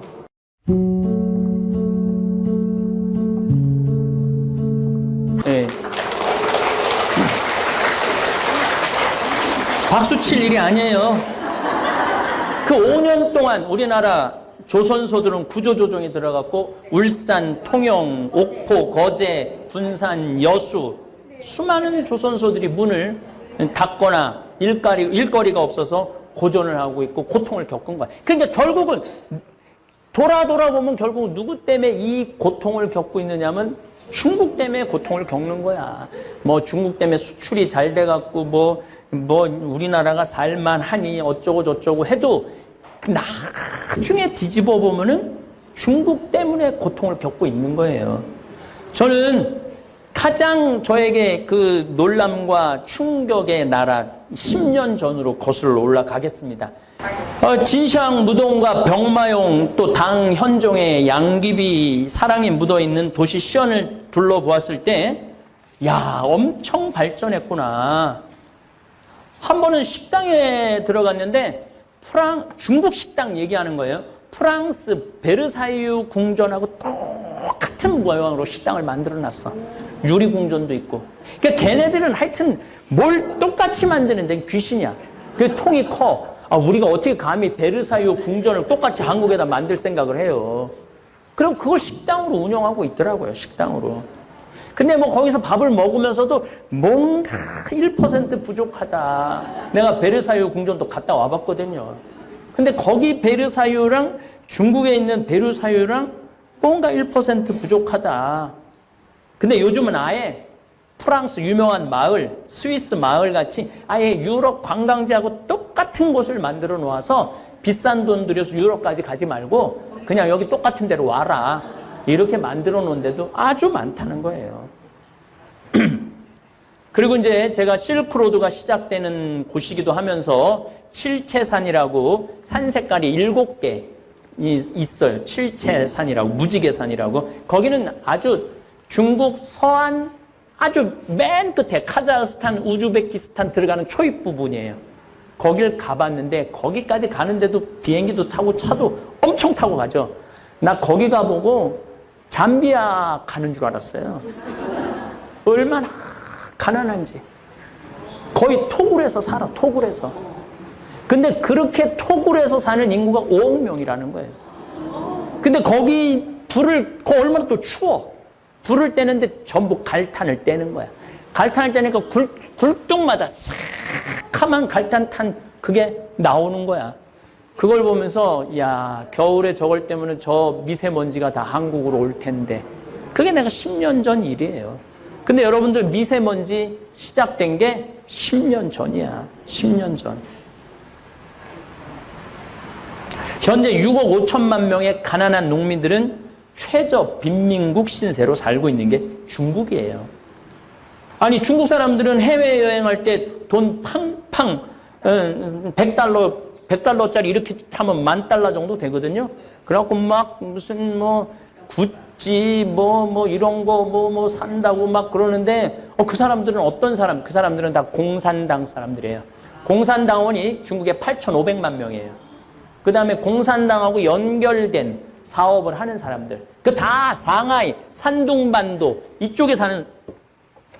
자, 이제 중국을 좀 이해를 하면은 요렇게 붙어 사는 사람들은 다 잘 살아요. 우리나라를 중심으로 산둥반도 요 밑에 요쪽에 있는 사람들은 다 잘 살아요. 베이징이 아까 900콜이라고 그랬죠? 요 라인에 있는 사람들은 다 잘 살아. 반대 뭐 티베트는 나중에 이 1954년에 여기를 합병을 하죠. 요때 막 6.25 전쟁하고 정신 없을 때 요럴 때 막 다 뺏어와요. 예. 그래갖고 중국이 엄청 커졌죠. 이 내륙 지방 사람들은 거지로 사는 거야. 거지로. 그리고 제가 여기 산둥반도 요쪽에 가서도 강의를 많이 했었는데 거기는요 유럽 같아요. 얼마나 건물을 잘 줘놓고 사는지.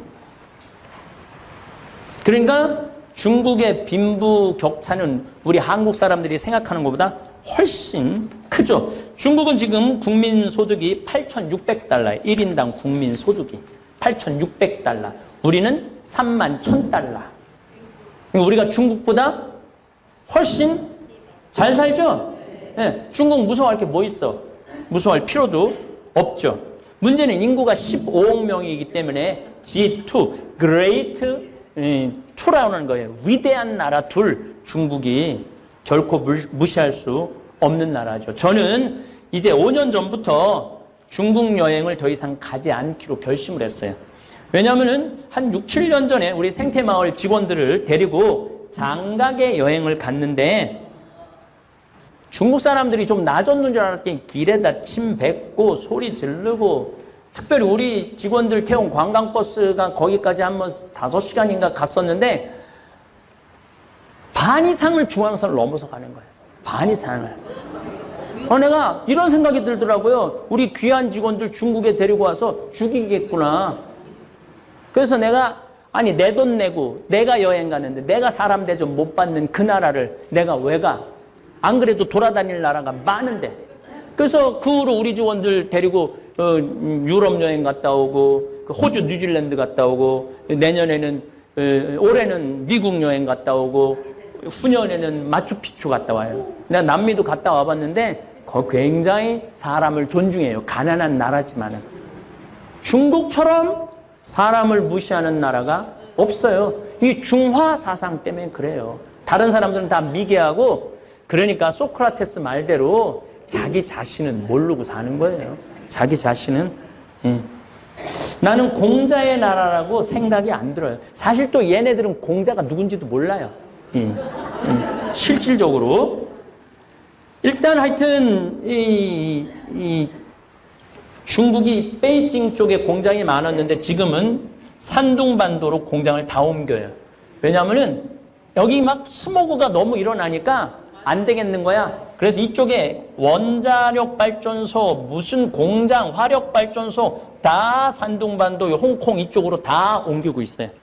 그래갖고 11월 달만 되면은 그 미세먼지가 우리나라로 날라오는 거예요. 그러면은 70% 원인이 중국한테 있어요. 우리나라한테는 30%밖에 없고. 그러면은 이게 굴뚝에다 징집 장치라는 걸 해놔갖고 조금 좀 이렇게 한 20m, 30m 올라가면 없어지는 시설. 그거 20m, 30m 하얀 연기 나온 거는 징집 장치로 물을 다 떨어뜨려갖고 그래도 깨끗한 수증기가 나오는 거야. 그 20, 30m 하얀 연기 나오는 건 괜찮아요. 근데 막 새카만 연기가 나오면은 100m만 올라가면은 여러분들 인천공항에서 비행기 타면 산둥반도까지 가는데 걸리는 시간은 30분밖에 안 걸려요. 바로 코앞이야. 코앞에 우리 지금 공장을 놓고 살고 있는 거야. 그럼 중국이라는 나라가 윤리가 있어갖고 우리가 그럼 징집장치를 설치하겠습니다 라고 말할 일은 절대 없다는 거예요. 중국 사람들이 그럼 왜 길거리에서 젊은이가 할머니를 때리고 주위 사람들 막 두들겨 맞는데 불구경하듯 쳐다만 보는 인륜이라고는 도저히 알지도 못하고 실천하지도 않는 중국 궁금하지 않아요? 왜 저러는가? 한국에 관광 온 중국 관광객들 제가 여러 번 목욕탕에서 만났는데 정말 시끄러워요. 얼마나 시끄럽게 떠드는지 몰라요. 완전 자기네들 목욕탕 자기네들이 산 것 같이. 중화민국이 그런 거죠. 중화민국이. 자기가 그렇게 떠들어대면 주위 사람들 방해하고 모욕한다는 생각을 전혀 하지 않는 사람들입니다. 심지어 비행기 안에서 자기 무시당했다고 승무원한테 뜨거운 물 뿌리고. 도대체 중국 사람들이 왜 이렇게 무식할까? 심지어 비행기 안에서 난투구까지 버리고 늦게 출발했다고 막 비상문 막 문 열어 막 승질 난다고 자기네들. 그런 거 여러분들 뉴스에 거의 매일 나온다고 봐야 돼요. 지난번에는 뭐 스페인에 가갖고 막 쫓겨났다고 들어 넣어갖고 중국에서 막 물어내라고 보니까 제 날짜에 오지도 않고 그 소파에서 하룻밤 자게 해달라고 생떼를 쓴 거죠. 우리나라에서만 생떼를 쓰는 게 아니라 전 세계 돌아다니면서 생떼를 쓰는 거죠. 사실 우리도 20, 30년 전에 대한민국도 외국에 나가서 그랬어요. 그래서 나 한국 사람 만나면 너무너무 창피할 때 많았어요. 한국 사람들 만날 때 우리가 막 $10,000 소득 넘어가고 여행 자유화와 90년대 초 하늘문이 열리면서 동남아로 유럽으로 쏟아져 나갈 때 외국인들 보기에 정말 한국 사람들 수준 떨어진다고 손가락질 많이 받았어요. 그걸 지금 중국 사람들이 다 받고 있는 거지. 현재 $30,000를 넘어서서 조금은 이제 그런 추태가 없어지고 교양이 생기고 워낙 중국 애들이 난리를 치니까 한국 사람들이 뒤에서 구경하느냐고 추태를 부릴 시간이 없어.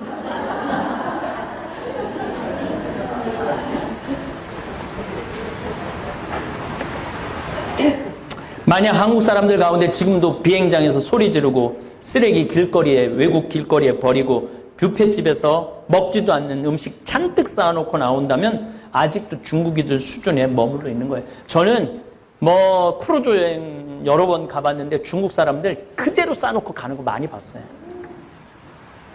먹지도 않을 건데 그래갖고 저 노르웨이의 한 크루즈는 그 중국 사람들 때문에 내년에 문 닫는 데잖아요. 그 오는 거 말릴 수도 없고 그 음식 수지 타산이 안 맞고 그래갖고 문을 닫는데요.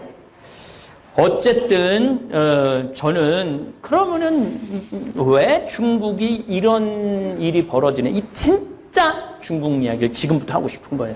진짜 요거 잘 들어야 돼. 이제 정신 바짝 차리고 1959년부터 1961년까지 중국은 대약진 운동이라는 걸 해요. 정확하게 1957년에 시작을 해요. 대약진 운동이 뭐냐면은 사람들이 하도 굶고 그러니까 쌀 수확량도 좀 늘리고 동네마다 용광로를 만들어서 동네마다 철제 기구도 좀 만들고 이런 거 하자고. 그래갖고 4가지 좀 해충을 죽여야 된다고. 파리, 쥐, 모기, 새, 참새. 참새는 왜 죽이느냐 하면은 나달 다 뜯어 먹으니까 우리 양식 뜯어 먹는다고. 그래갖고 이 58년에 2억 마리를 죽여요, 참새를. 59년부터 61년에 중국에 무슨 일이 벌어지느냐면 3,500만 명이 굶어 죽어요. 인구의 3,500만 명이 굶어 죽어요. 그 정말로 지금 이 얘기를 다 못하지만 부모가 자식 많이 잡아먹었어, 이때. 그리고 옆 동네에서 양식 구하러 온 사람, 옆 동네는 안면 없는 사람들이잖아. 파로 잡아서 먹는 게 비일비재야. 3,500만 명이 죽었다 그러면은 어느 정도예요. 근데 왜 도대체 그런 일이 벌어지느냐? 아니, 참새를 다 잡고 나니까 참새가 해충을 다 잡아먹었는데 해충들이 다음에 59년부터 난리가 난 거야. 이게 웬 떡이냐? 그래갖고 그냥 벼이삭, 싹 다 잡아먹은 거야. 식량이 없으니까 굶어 죽은 거죠. 이게 대약진운. 이게 막 인류 역사에 정말 충격적인 일이 중국에서 벌어진 거예요. 그리고 1966년부터 1976년까지 문화 대혁명이 일어나요. 아니, 러시아를 보니까 막 문인들이 막 발표를 하고 예술이 막 대단하단 말이야?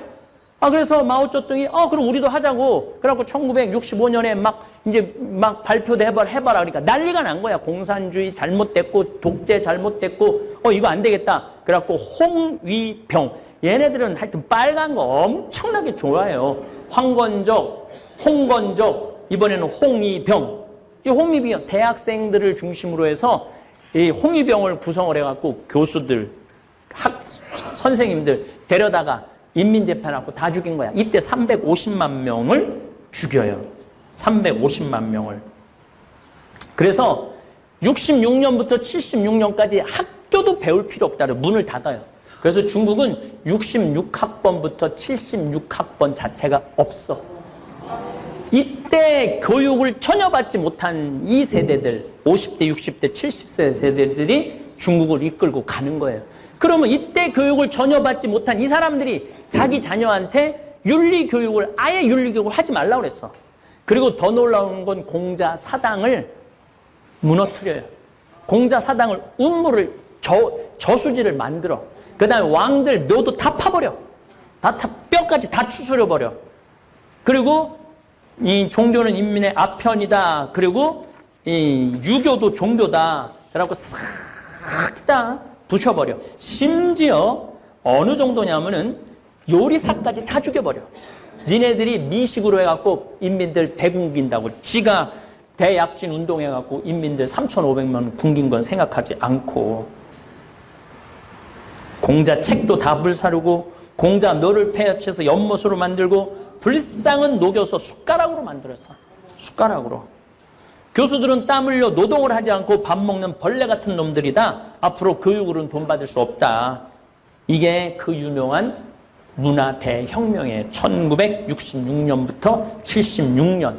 옛것은 모조리 숙청해라. 문화, 교육, 정치, 심지어는 부모들까지 공산주의 사상에 어긋나오면 자식이 부모 인민재판에 세워갖고 죽이기까지 해요. 그러니까 중국이 지금 저렇게 비윤리적이고 아주 저급한 문화를 보이는 이유 중에 하나가 이 문화 대혁명 때문에 그래요. 근데 저거를 자기네들의 문제점을 알아야 되는데 저 문제점을 모르는 거예요. 내가 보기엔 중국 사람들, 미국 사람들 따라가려면은 100년은 더 쫓아가야 돼요. 100년은. 우리나라 따라오려면 50년은 더 따라와야 되고. 왜냐하면 교육이라는 거는 100년이 시간이 걸리는 거거든요. 지금 윤리교육을 하려고 해도 윤리교육이 안 돼. 왜냐하면 소황제를 들어봤죠?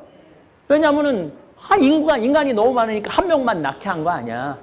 그러면은 할머니, 외할머니, 외할아버지, 친할머니, 친할아버지, 엄마, 아빠, 애 중에 하나밖에 없는 거야. 하나하나 30년 동안 그래 낳았으니까. 얘 위에 6명이 얘한테 벌벌벌벌 떠는 거야. 그러니까 지금 20, 30대 애들이 예의가 있을 수가 없는 거예요. 그러니까 지금 이 중국 애들이 한국에 와갖고 여행을 하고 나면은 자기 필요한 물건 다 사면은 중국에서 입고 온 건 다 버리고 가. 호텔에다 다 두고 가. 가방도 두고 가고 다 두고 가. 새 거 갖고 가는 거죠. 참 그런 걸 보면은 기가 막히죠. 내가 왜 중국 걱정을 하느냐. 중국 걱정을 왜 하느냐 하면은 이제 우리가 중국을 잘 알아야 돼. 중국 사람들 제주도에 관광 온다고 땅 다 팔았어요. 다 팔은 건 아니고 여의도 2배 많은 거. 한 제주도에 150만 평 정도, 160만 평 정도의 땅을 팔았어요. 사실은 제주도에서 160만 평이면 어마어마한 땅이죠. 그렇게 팔아놨더니 거기에 걔네들이 호텔 짓죠, 식당 짓죠. 그렇게 팔아놨더니 아니 거기다가 식당을 줘갖고 중국 관광객을 우리나라 식당으로 안 보내고 자기네 식당으로 다 끌고 오네. 우리는 땅 뺏기고 관광객들 아무리 바글바글해도 시끄럽기만 하고 돈은 누가 벌어가? 중국 사람들이 다 벌어가는 거예요. 그러니까 이게 우리가 중국을 이해하지 못하는 아주 극단적인 피해 중에 하나가 바로 그거예요. 그래갖고 뭐 사드 때문에 또 싹 빠져가갖고 또 내가 제주도 1년에 한두 번은 꼭 내려가는데 내려가 보면 건물 짓다 말아갖고 폐허로 되는 건물들이 아주 길에 널려 있어. 길에 널려 있어. 그러면은 중국은 이 제주도가 이렇게 망가지는 데 있어서 관심이 있느냐? 15억의 땅이 이렇게 많은데 그거 한다고 피해는 누가 봐? 우리가 봐. 그러면은 3만 달러를 사는 우리 국민들이 8,600달러밖에 안 되는 중국 사람들한테 그 땅값 3배, 4배 준다고 팔아야 돼요? 팔지 말아야 돼요? 팔지 말아야지. 그러니까 3만 달러의 자존심이 없다 이거야 내 얘기는. 지금 저기 미국 실리콘밸리 산호세 쪽에 가니까 이제 시진핑이 부패 정리한다고 막 난리가 나니까 중국에서 현금을 들고 150만 달러 그 산호세 가면 골프장 안에 대저택들이 있거든요. 이걸 다 300만 달러에 다 사놨어. 그래서 산호세가 땅값이 300만 달러 다 올라갔어. 그러니까 전 세계를 그렇게 망가뜨리고 돌아다니는 게 중국이야. 그러니까 이 중국 사람들을 제대로 알고, 아니 우리나라가 그 땅 안 팔면은 굶어 죽는 나라도 아니고, 그러니까 중국에서 지금 관광객이 다시 늘어난다 그러는데 저가로 들어오는 거는 하지 말아야 돼. 왜 3만 달러 소득 국민들이 10,000달러 수준의 관광 그거를 하느냔 말이야. 우리가 수준을 높여놓고 수준 있는 사람들이 들어와갖고 수준 있는 나라로 만들어야지. 그렇지 않아요? 맞아요. 그러니까 이걸 누가 의식을 가져야 되느냐? 국민들이 의식을 가져야 되는 거예요. 그러려면 누구를 이해해야 되느냐면 중국을 이해를 해야 되는 거예요. 내가 이 장황하게 이거 요약하느냐고 어저께 밤부터 눈알이 막 튀어나오는 줄 알았어요. 그냥 얘기로 하면 좋은데 얘기로 하면 끝도 없이 뭐 양귀비 얘기 나오면 이게 서양 여자냐 동양 여자냐 또 16번째 아들의 뭐 며느리인데 며느리를 취한 거거든. 며느리를 취했다 뭐 이 얘기 저 얘기 하면은 이게 안 될 것 같다고 원고로 정해놨는데 어쨌거나 여러분들이 이제 3만 달러를 넘어섰으면은 우리나라 국민들 수준이 높은 거예요. 근데 그 8,000달러 사람들 막 그거 돈 뜯어 먹으려고 막 우리 자존심 버리지 말자 이거야 내 얘기는. 그리고 여러분들도 중국 여행 갈 때 20만 원짜리 30만 원짜리 여행 가지 말고 만약에 100만 원짜리 갈 여행이 못 되면 가지 않으면 되잖아. 뭘 그렇게 때를 쓰고 여기저기 그냥 찍고 여기 찍고 저기 찍고 그거는 의미가 없어요. 3만 달러 정도 되면은 한 자리에서 일주일 정도 머무르는 여행을 하셔야 돼요. 이제는 이리 뛰고 저리 뛰고 그렇게 뛰어다니지 말고. 하고 싶은 얘기는 너무너무 많지만 이 얘기를 이제 다음에 제가 여러분들한테 이야기하고 싶은 건 일본이에요. 일본 사람들은 그러면은 지금 거의 5만 달러 정도 되는데 5만 달러에 들어선 나 일본 사람들 많이 만났어요. 많이 만나고 이야기도 많이 하고 일본 사람들 조금 배운 사람들 영어 수준 나하고 거의 똑같아. 그래갖고 얘기가 돼. 일본 사람들이 영어 참 못하거든요. 그래서 얘기가 된다는 거예요. 달래 영어 되는 게 아니라. 근데 일본은 개인은 너무너무 훌륭해요. 사실은. 내가 만난 일본 사람들 다 정성스럽고 다정하고 겸손해요. 근데 그걸 합쳐놓으면 이상해지는 거예요. 그 왜 합쳐놓으면 이상해지는지는 부티보다 귀티나게 외모에도 신경 쓰라. 외모도 중요하고 실력도 중요하다. 나는 도덕적 문제와 관련해서는 사람들의 말을 크게 믿지 않는다. 교통신호를 지켜야 한다고 말은 하지만 실제 생활에서는 그렇게 하지 않는 사람들이 많기 때문이다.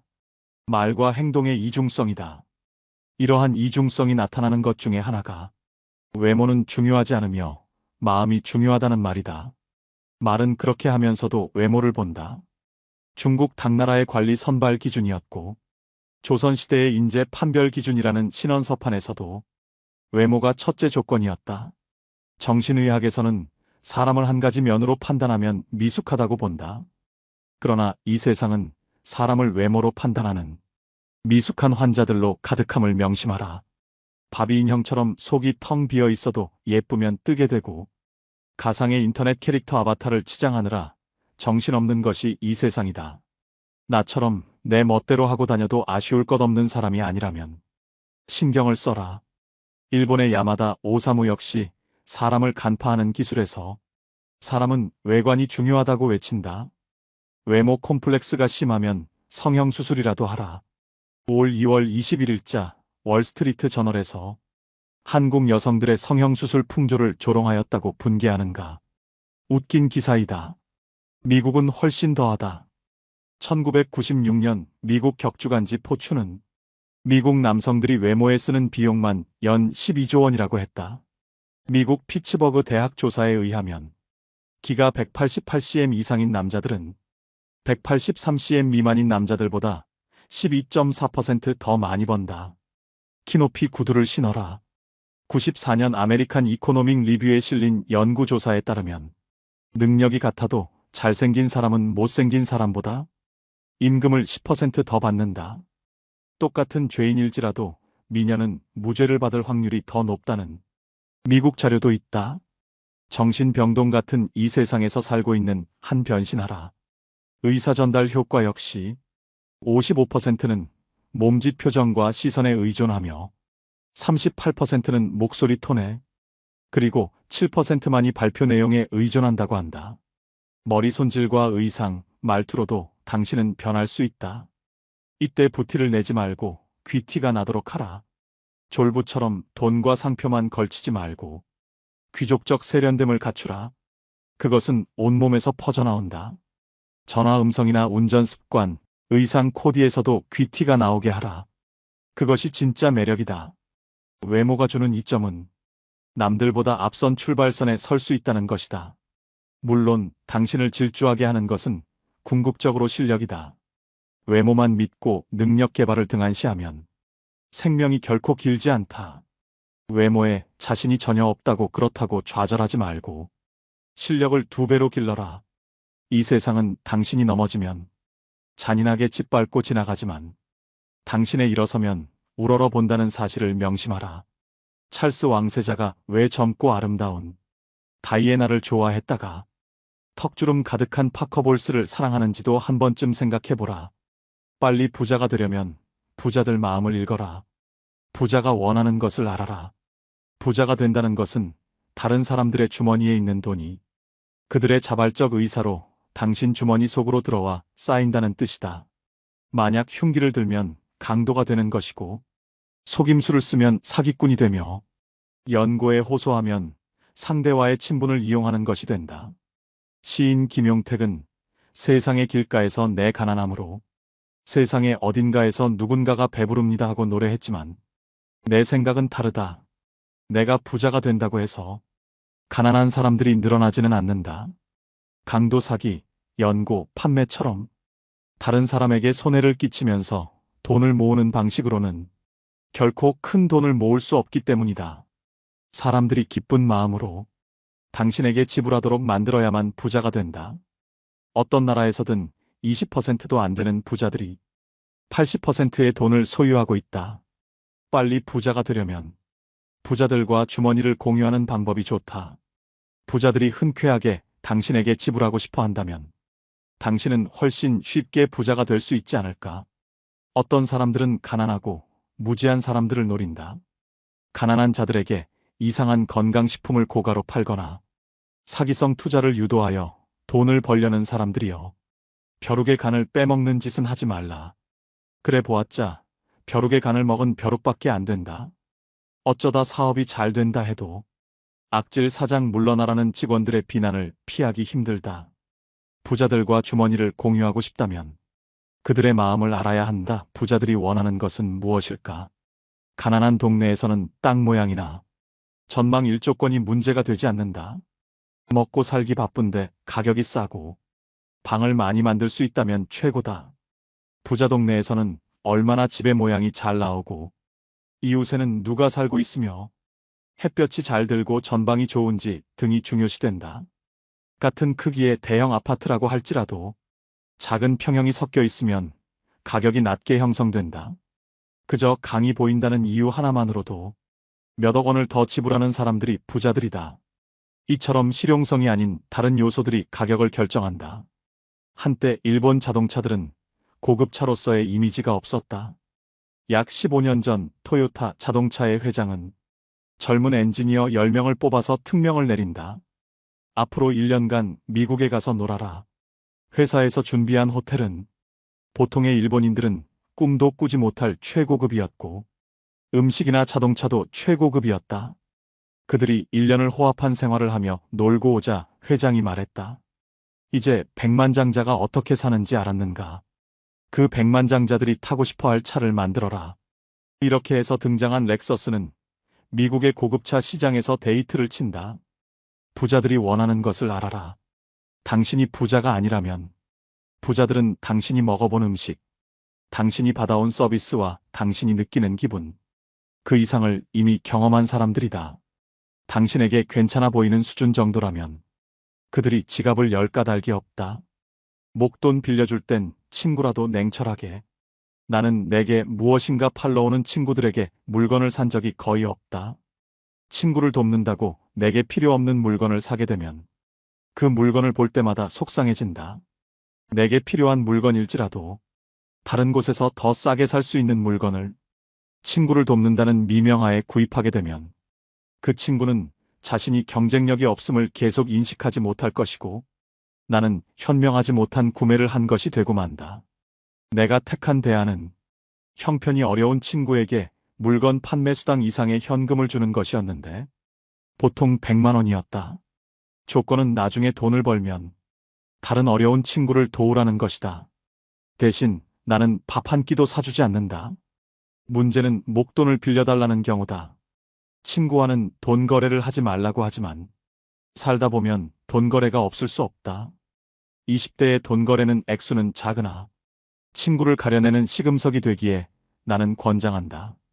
20대의 친구에게 몇십만 원을 잃었다면 40대에 몇천만 원을 잃을 뻔한 것을 액땜한 것이다. 나는 처음에 동창들에게 그냥 빌려주었으나 도망가는 친구가 생기면서 생각이 바뀌었다. 우선은 재산 상태와 수입 및 부채 현황, 상환 계획을 상세히 적으라고 한다. 지갑 속에 신용카드가 많거나 카드 사용 내역에서 소비성 지출이 많으면 반드시 담보를 요구한다. 사업가 친구인 경우에는 회사의 격리 자료들을 세무조사하듯이 본다. 경영에 약간의 문제라도 보이면 담보를 받는다. 새로 사업을 하는 친구인 경우에는 그의 성격을 생각한다.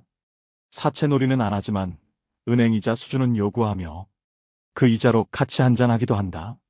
그 어떤 친구가 부탁을 해도 보증은 함부로 서지 말고 아무리 이자가 많아도 가진 재산의 상당액을 어느 한 친구에게 몰아서 빌려주지는 말라. 그 친구 때문에 당신 가족이 눈물을 흘리게 될 수도 있다. 전문직에 종사하는 친구들이 목돈을 빌려달라는 경우는 조심하라. 그들이 갑자기 떼돈을 벌어 목돈을 갚을 수 있게 될 확률은 낮다. 부득불 큰 돈을 빌려줄 경우에는 부동산 담보를 받아라. 그 담보물의 선순위 관리자들이 많다면 당신 돈은 사라질 확률이 크다. 약속어음 공증을 받으면 좋지만 친구에게 재산이 없으면 월급을 차압할 정도인데 다른 친구들이 친구에게 너무한다고 당신을 욕할지도 모른다. 친구가 급히 큰 돈을 빌려달라고 할 때는 그가 설명하는 말을 절대로 액면 그대로는 믿지 말라. 그가 거짓말을 하는 것이 아니라 그의 상황이 거짓말을 낳는다. 친구를 믿는 것은 좋지만 친구가 처한 상황은 믿지 말라. 그 친구도 미래 상황은 모른다. 고의적인 경우도 있겠지만 많은 경우에서는 친구가 속이는 것이 아니라 그의 미래 상황이 당신 돈을 못 갚게 만들며 우정도 버리게 함을 명심하라. 친구로부터 빌린 돈을 못 갚았다고 절대 자취를 감추지 말라. 연락이 두절되면 곧 소문이 퍼지게 되고 당신이 빚지지 않은 친구들마저 등을 돌린다.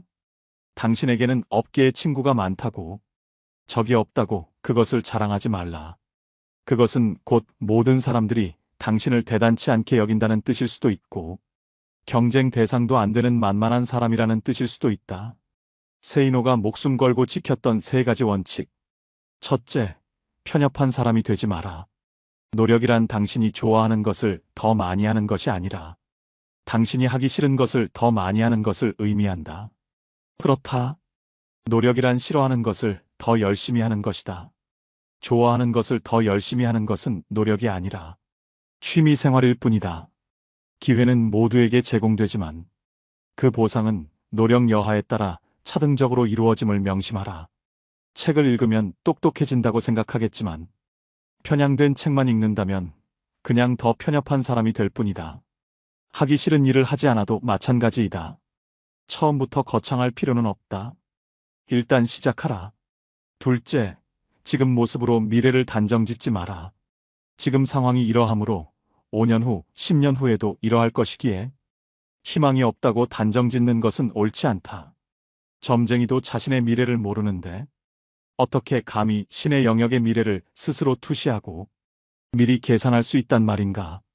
부자가 되려면 미래방 정식에 지금 처지를 대입하면 절대 안 된다. 내 월급으로는 평생 서울에 집 한 채 못 사겠네. 이렇게 단정짓지 마라. 부자가 되려면 현재로 미래를 단정짓는 게 아니라 원하는 미래로 나를 맞춰 나가야 하는 것이다. 그리고 진짜 부자들의 생각과 마음을 배워라. 부자는 돈독이 올라서 부자가 된 사람들이 아니다. 어떤 일을 하든 간에 시간과 노력을 아낌없이 투자하여 다른 사람들보다 경쟁력을 가질 때 부자가 태어나는 것이다. 그들은 그 과정에서 환희를 느끼며 살아온 사람들이며 당신의 생각과는 달리 전혀 불행하지도 않고 도둑놈도 아니다. 노력한 만큼 보상받는 게 세상의 이치이다. 부자가 되려면 돈을 쉽게 얻길 바라는 도둑놈 신보부터 버려야 한다. 셋째, 원인은 자신에게서 찾아라. 실패한 자들의 핑계는 길고 긴 레퍼토리를 이룬다. 명심하라. 성공한 자들은 어떤 일이 잘못되면 그 책임과 원인을 자신에게서 찾는다. 절대 세상 속에서 핑계를 찾지 않는다는 말이다.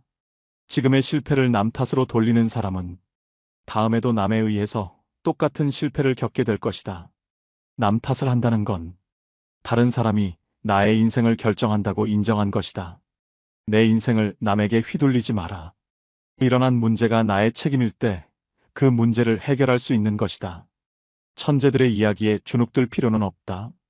돈을 번다는 것은 다른 보통 사람들과의 게임이지 당신보다 크게 잘난 사람과의 게임이 아니다. 그저 우리는 우리가 속한 분야에서 다른 보통 사람들과 경쟁하여 이기면 되는 것일 뿐이다. 그들이 놀 때 놀지 말고 그들이 잠잘 때 덜 자고 그들이 쓸 때 덜 쓰며 경쟁력을 기르고 목돈을 준비하라. 그 후에 기회를 찾아라. 다들 부자가 되면 좋겠다고 말은 하지만 정말 부자가 되려고 노력하는 사람들은 없다. 내가 어느 직원을 사람 하나는 좋다고 말한다면 그가 일은 지독히 못한다는 뜻이다.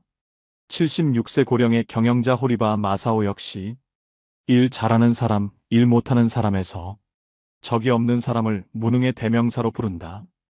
예수에게도 적이 무수히 많았다. 승자에게는 적이 많고 패자에게는 친구가 많은 법이다. 어느 나라에서 정치나 경제가 제대로 굴러가지 못한다면 그 이유는 정치인들이 적을 만들지 않으려고 하고 인기와 영합하여 욕을 먹으려 들지 않기 때문이다. 말이 통하지 않을 땐 침묵하라. 말이 통하지 않는 사람이 있음을 인정하라. 살다 보면 여러 가지 갈등으로 인해 마주치기조차 싫은 사람들이 주변에 생기게 마련이다. 이런 경우 서로가 마음을 열고 대화를 해야 한다고 말하지만 아무리 얘기를 나눠도 매듭이 풀리지 않거나 대화 자체가 이루어질 수 없는 경우가 발생한다. 왜 이런 상황이 발생하는 것일까? 인간관계에서 갈등이 생겼을 때 사람들의 반응을 나는 4가지 유형으로 구분한다. 첫째는 갈등이란 있을 수 없다고 생각하는 형이다. 문제 자체를 없었던 것으로 하자고 하면서 좋은 게 좋은 거 아니냐는 식으로 덮어버리려고 한다. 대부분의 문제를 사소하다고 여기고 보다 더 큰 명분, 이를테면 화합, 사랑, 애국 같은 명제 밑에 모이라고 한다. 싸운 학생들을 억지로 악수하게 하는 선생도 이 경우에 속한다. 부모는 자식들 간의 갈등을 주로 이런 식으로 해결하려고 한다. 표면적으로는 갈등을 제거한 듯 보이지만 안에서는 계속 골마간다. 둘째는 문제의 본질과는 상관없는 권위나 지위에 의존하는 형이다. 문제를 일으킨 사람이 윗사람일 경우 주로 나이가 몇 살이냐, 어떻게 대들 수 있느냐는 식으로 말한다. 아랫사람이 잘못을 저질러 윗사람에게 야단을 맞았을 때 어떻게 그렇게 비인간적으로 야단칠 수 있느냐는 식으로 윗사람을 오히려 비난하는 경우 역시 이 부류에 속한다. 여자와 싸우다가 여자가 왜 그래라며 윽박지르는 남자들도 이 부류이다. 셋째는 다른 사람들에게 호소하는 형이다. 이런 사람들은 평상시에는 당사자에게 태연하게 행동하면서도 다른 사람들에게 자기 하소연을 늘어놓는데 오해와 과장 축소나 은폐, 모함이 따른다. 그러나 나중에 무슨 말을 했었는지도 제대로 기억을 못하거나 딱 잡아뗀다. 당사자와 직접 이야기하는 경우는 드물며 오해가 풀어져도 사과하거나 반성하지 않는다. 다중인격적인 면모를 갖고 있으며 가장 멀리해야 할 대상에 속한다. 넷째는 책임을 밝히려고 하는 형이다. 보통 사람들은 입으로 직접 거론하기 힘들어하는 것들도 거침없이 끄집어내어 밝히고자 한다. 연장자들을 당황하게 만들며 상대방에게 서운한 혹은 괘씸함을 안겨주기도 한다. 자기 주관에 따른 이분법적 사고가 강하다. 자식에게 우리 대화하자고 해놓고 자식이 무슨 말을 하면 오히려 야단을 치고 그래서 자식이 침묵하면 이제는 말을 안 한다고 야단치는 부모도 이 유형에 속한다. 이러한 유형들은 누구에게나 조금씩 섞여 있으나 갈등이 발생하게 되면 어느 한 유형이 집중적으로 표출된다. 갈등에 대한 유형들이 서로 다를 경우에는 어느 한쪽이 백기를 들어야 화해가 이루어지지만 표면적인 것에 불과하다. 누군가와 갈등이 있다면 자신과 상대방의 논리 유형을 파악하라. 서로 다른 유형이라면 차라리 더 이상 만나지 말거나 그것이 어려우면 침묵하는 것이 서로를 위해 좋다. 당신에게는 당연한 말이 상대에게는 전혀 그렇지 않기 때문이다. 말이 통하지 않는 사람이 있음을 인정하며 살자는 말이다. 세이노의 성공담. 이생망이라는 단어가 있다. 이번 생은 망했다라는 뜻이다. 정말 그럴까? 노후력은 정말 개소리일까?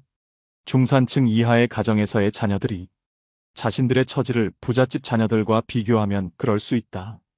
가난한 집 자녀들의 경우에는 더더욱 그럴 수 있다. 그런데 잠깐만. 어느 시대이건 빈민층과 서민층, 부유층은 동시에 존재하여 왔다. 그리고 가난한 자도 부자도 계속 새로 생겨났다. 졸부 흉내내지 말고 먼저 목돈부터 모아라. 그리고 지식을 배양하라. 동아일보 지면에 세이노의 부자 아빠 만들기 칼럼을 연재하고 있는 세이노 씨는 그 자신을 학력도 남다르지 않고 머리도 좋지 않은 아주 평범한 사람이라고 말한다. 그래도 엄청난 부자가 되었다.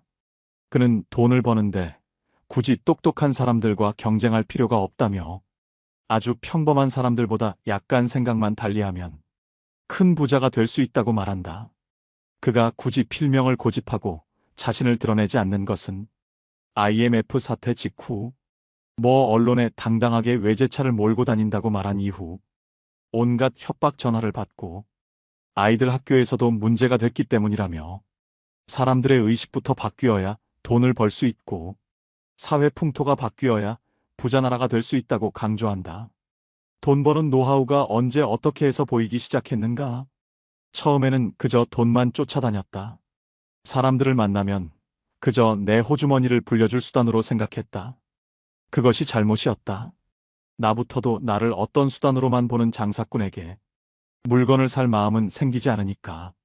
돈을 번다는 것은 다른 사람들의 호주머니 속에 있는 돈이 그 사람의 자발적인 의사로 내 호주머니로 옮겨지는 것이다. 그러기 위해서는 먼저 고객의 불편함을 파악하고 정말로 섬기는 자세가 필요하다. 양반 정신을 버리고 머슴 정신을 가지면 된다. 사람들이 돈을 벌지 못하는 이유는 머슴 정신이 없기 때문이다. 아울러 철저한 신용을 다져나가고 약속을 이행했다.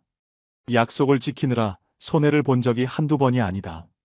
강의용 음향기기 설치 사업을 시작했을 때의 일이다. 사업 시작 첫 해에 수해가 났다. 다른 사람들 같으면 천재지변이므로 책임이 면제된다고 주장하겠지만 나는 무료로 다 수리해 주거나 신품으로 바꾸어 주었다. 몇 천만 원의 손해가 났지만 바로 이 고객들이 모두 나의 영업사원처럼 선전을 해주는 바람에 1년 후에는 수억 원을 벌 수 있었다. 또 품질을 남들보다 10%만 더 좋게 하면 가격은 몇십 퍼센트 더 받을 수 있다. 국산 만년필과 몽블랑 만년필을 비교해보라. 품질이 100배 더 좋아서 가격이 100배 더 비싼 것은 아니다. 아울러 경쟁이 치열한 쪽에는 전혀 가지 않았다. 이른바 멋있고 폼나는 분야에는 똑똑한 사람들이 많이 들어와 같이 싸우기 때문에 보통 사람들은 언제나 패자가 되고 만다. 그러나 경쟁이 약한 분야에 가게 되면 그저 나 같은 보통 사람들이 들어오는 경우가 많으므로 그들보다 조금만 노력하면 이길 수 있었다. 평범한 사람들이 부자가 될 수 있는 가장 중요한 방법과 마인드는 무엇인가? 졸부 흉내를 내지 마라. 기름값이 조금만 올라도 허리띠를 졸라매야 하는 상황이라면 기름값이 쌀 때 미리 졸라매며 살아야 한다. 그렇게 목돈을 만들어 놓아야 한다.